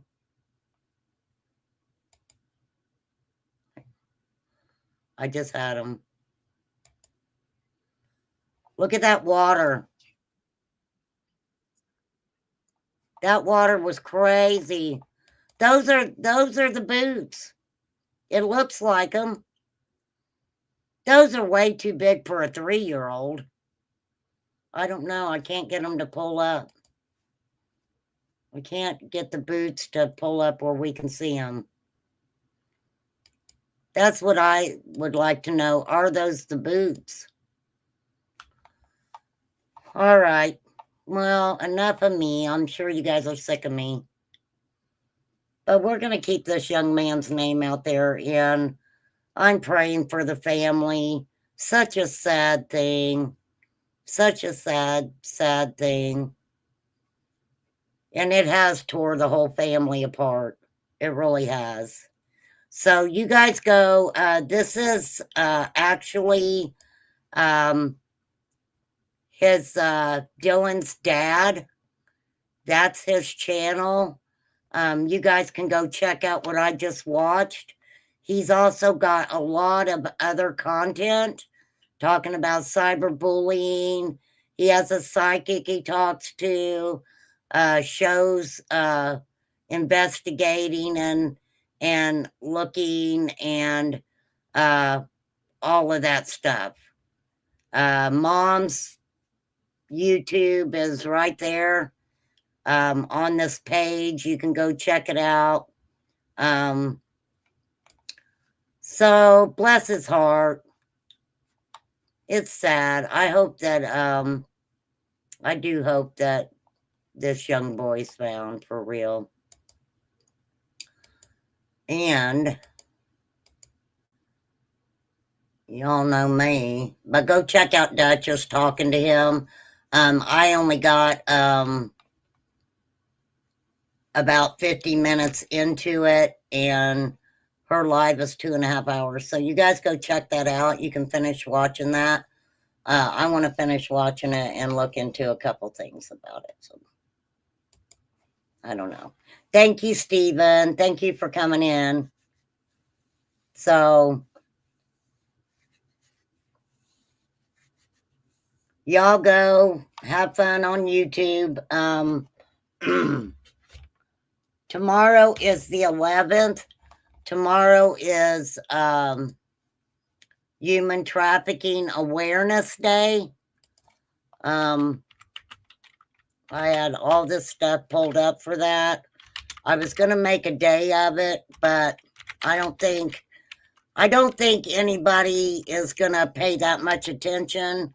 And, you know, when you're on here 3, 4, 5 hours and nobody gives a crap what you're talking about, it's very hard to stay live. So I'm going to come live maybe 1 o'clock tomorrow. And I've got some trafficking stories, and it will be a triggering type of day. We'll hang out, and when I think everybody's getting sick of me, I'll get off here. Like now. I think y'all are sick of me, but you just don't want to say you're sick of me. But all I could ask you guys to do is please watch my videos, and if you are bored and think that I can talk about something different, feel free to email me and, you know, give me a little idea on what you might like for me to research. Please do remember, though, you guys, I do try to research things on my own, and it's just easier for me when I go to talk about it to, you know, have different things pulled up about whatever we're talking about. And so yeah. You too, Debbie. I'm glad you're safe. Debbie Nelson's safe, everybody. Debbie can go back to being a hoe. She can. I don't know why you sent me this alert.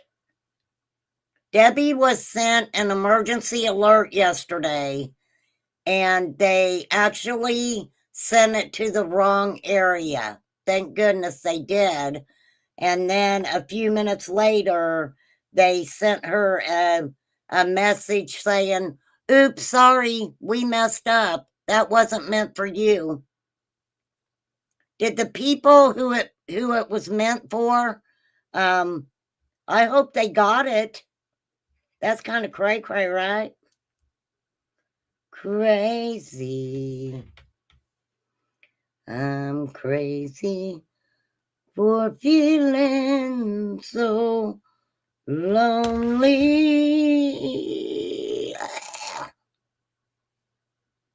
Yep. Debbie's safe from the fire. Oh, man. So, yes, like I said, about 1 o'clock, I'm going to come on.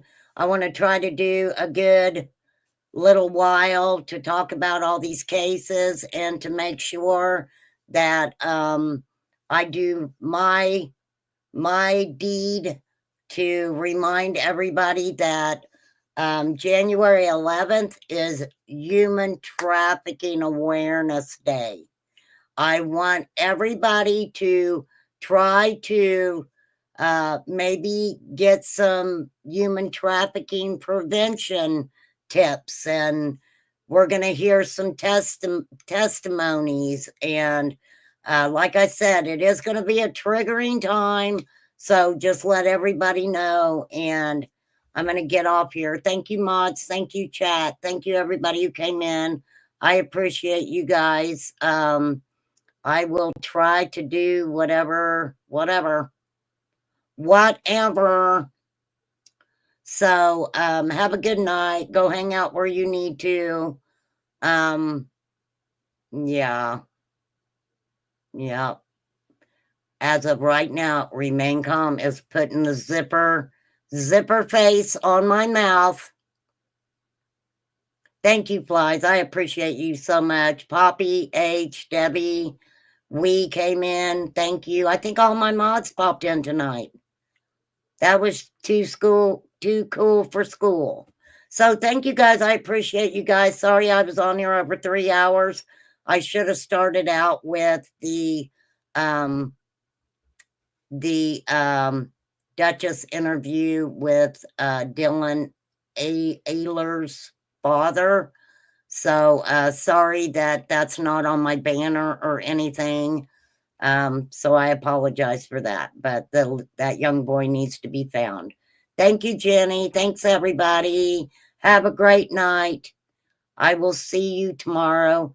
If I don't start at 1 o'clock, it's because I end up staying up late tonight and I ain't going to get no freaking sleep. So that's the only reason if I start later than 1 o'clock. But just remember, tomorrow is Human Trafficking Awareness Day. Okay. And we're going to be talking about a couple different things because I started to talk about Allie Carter day before yesterday, I think. And so I want to fill you guys in on this 31-year-old woman who's, yeah, it's something else. So please come and hang out and join the conversation. Peace out, everybody. I will catch you later.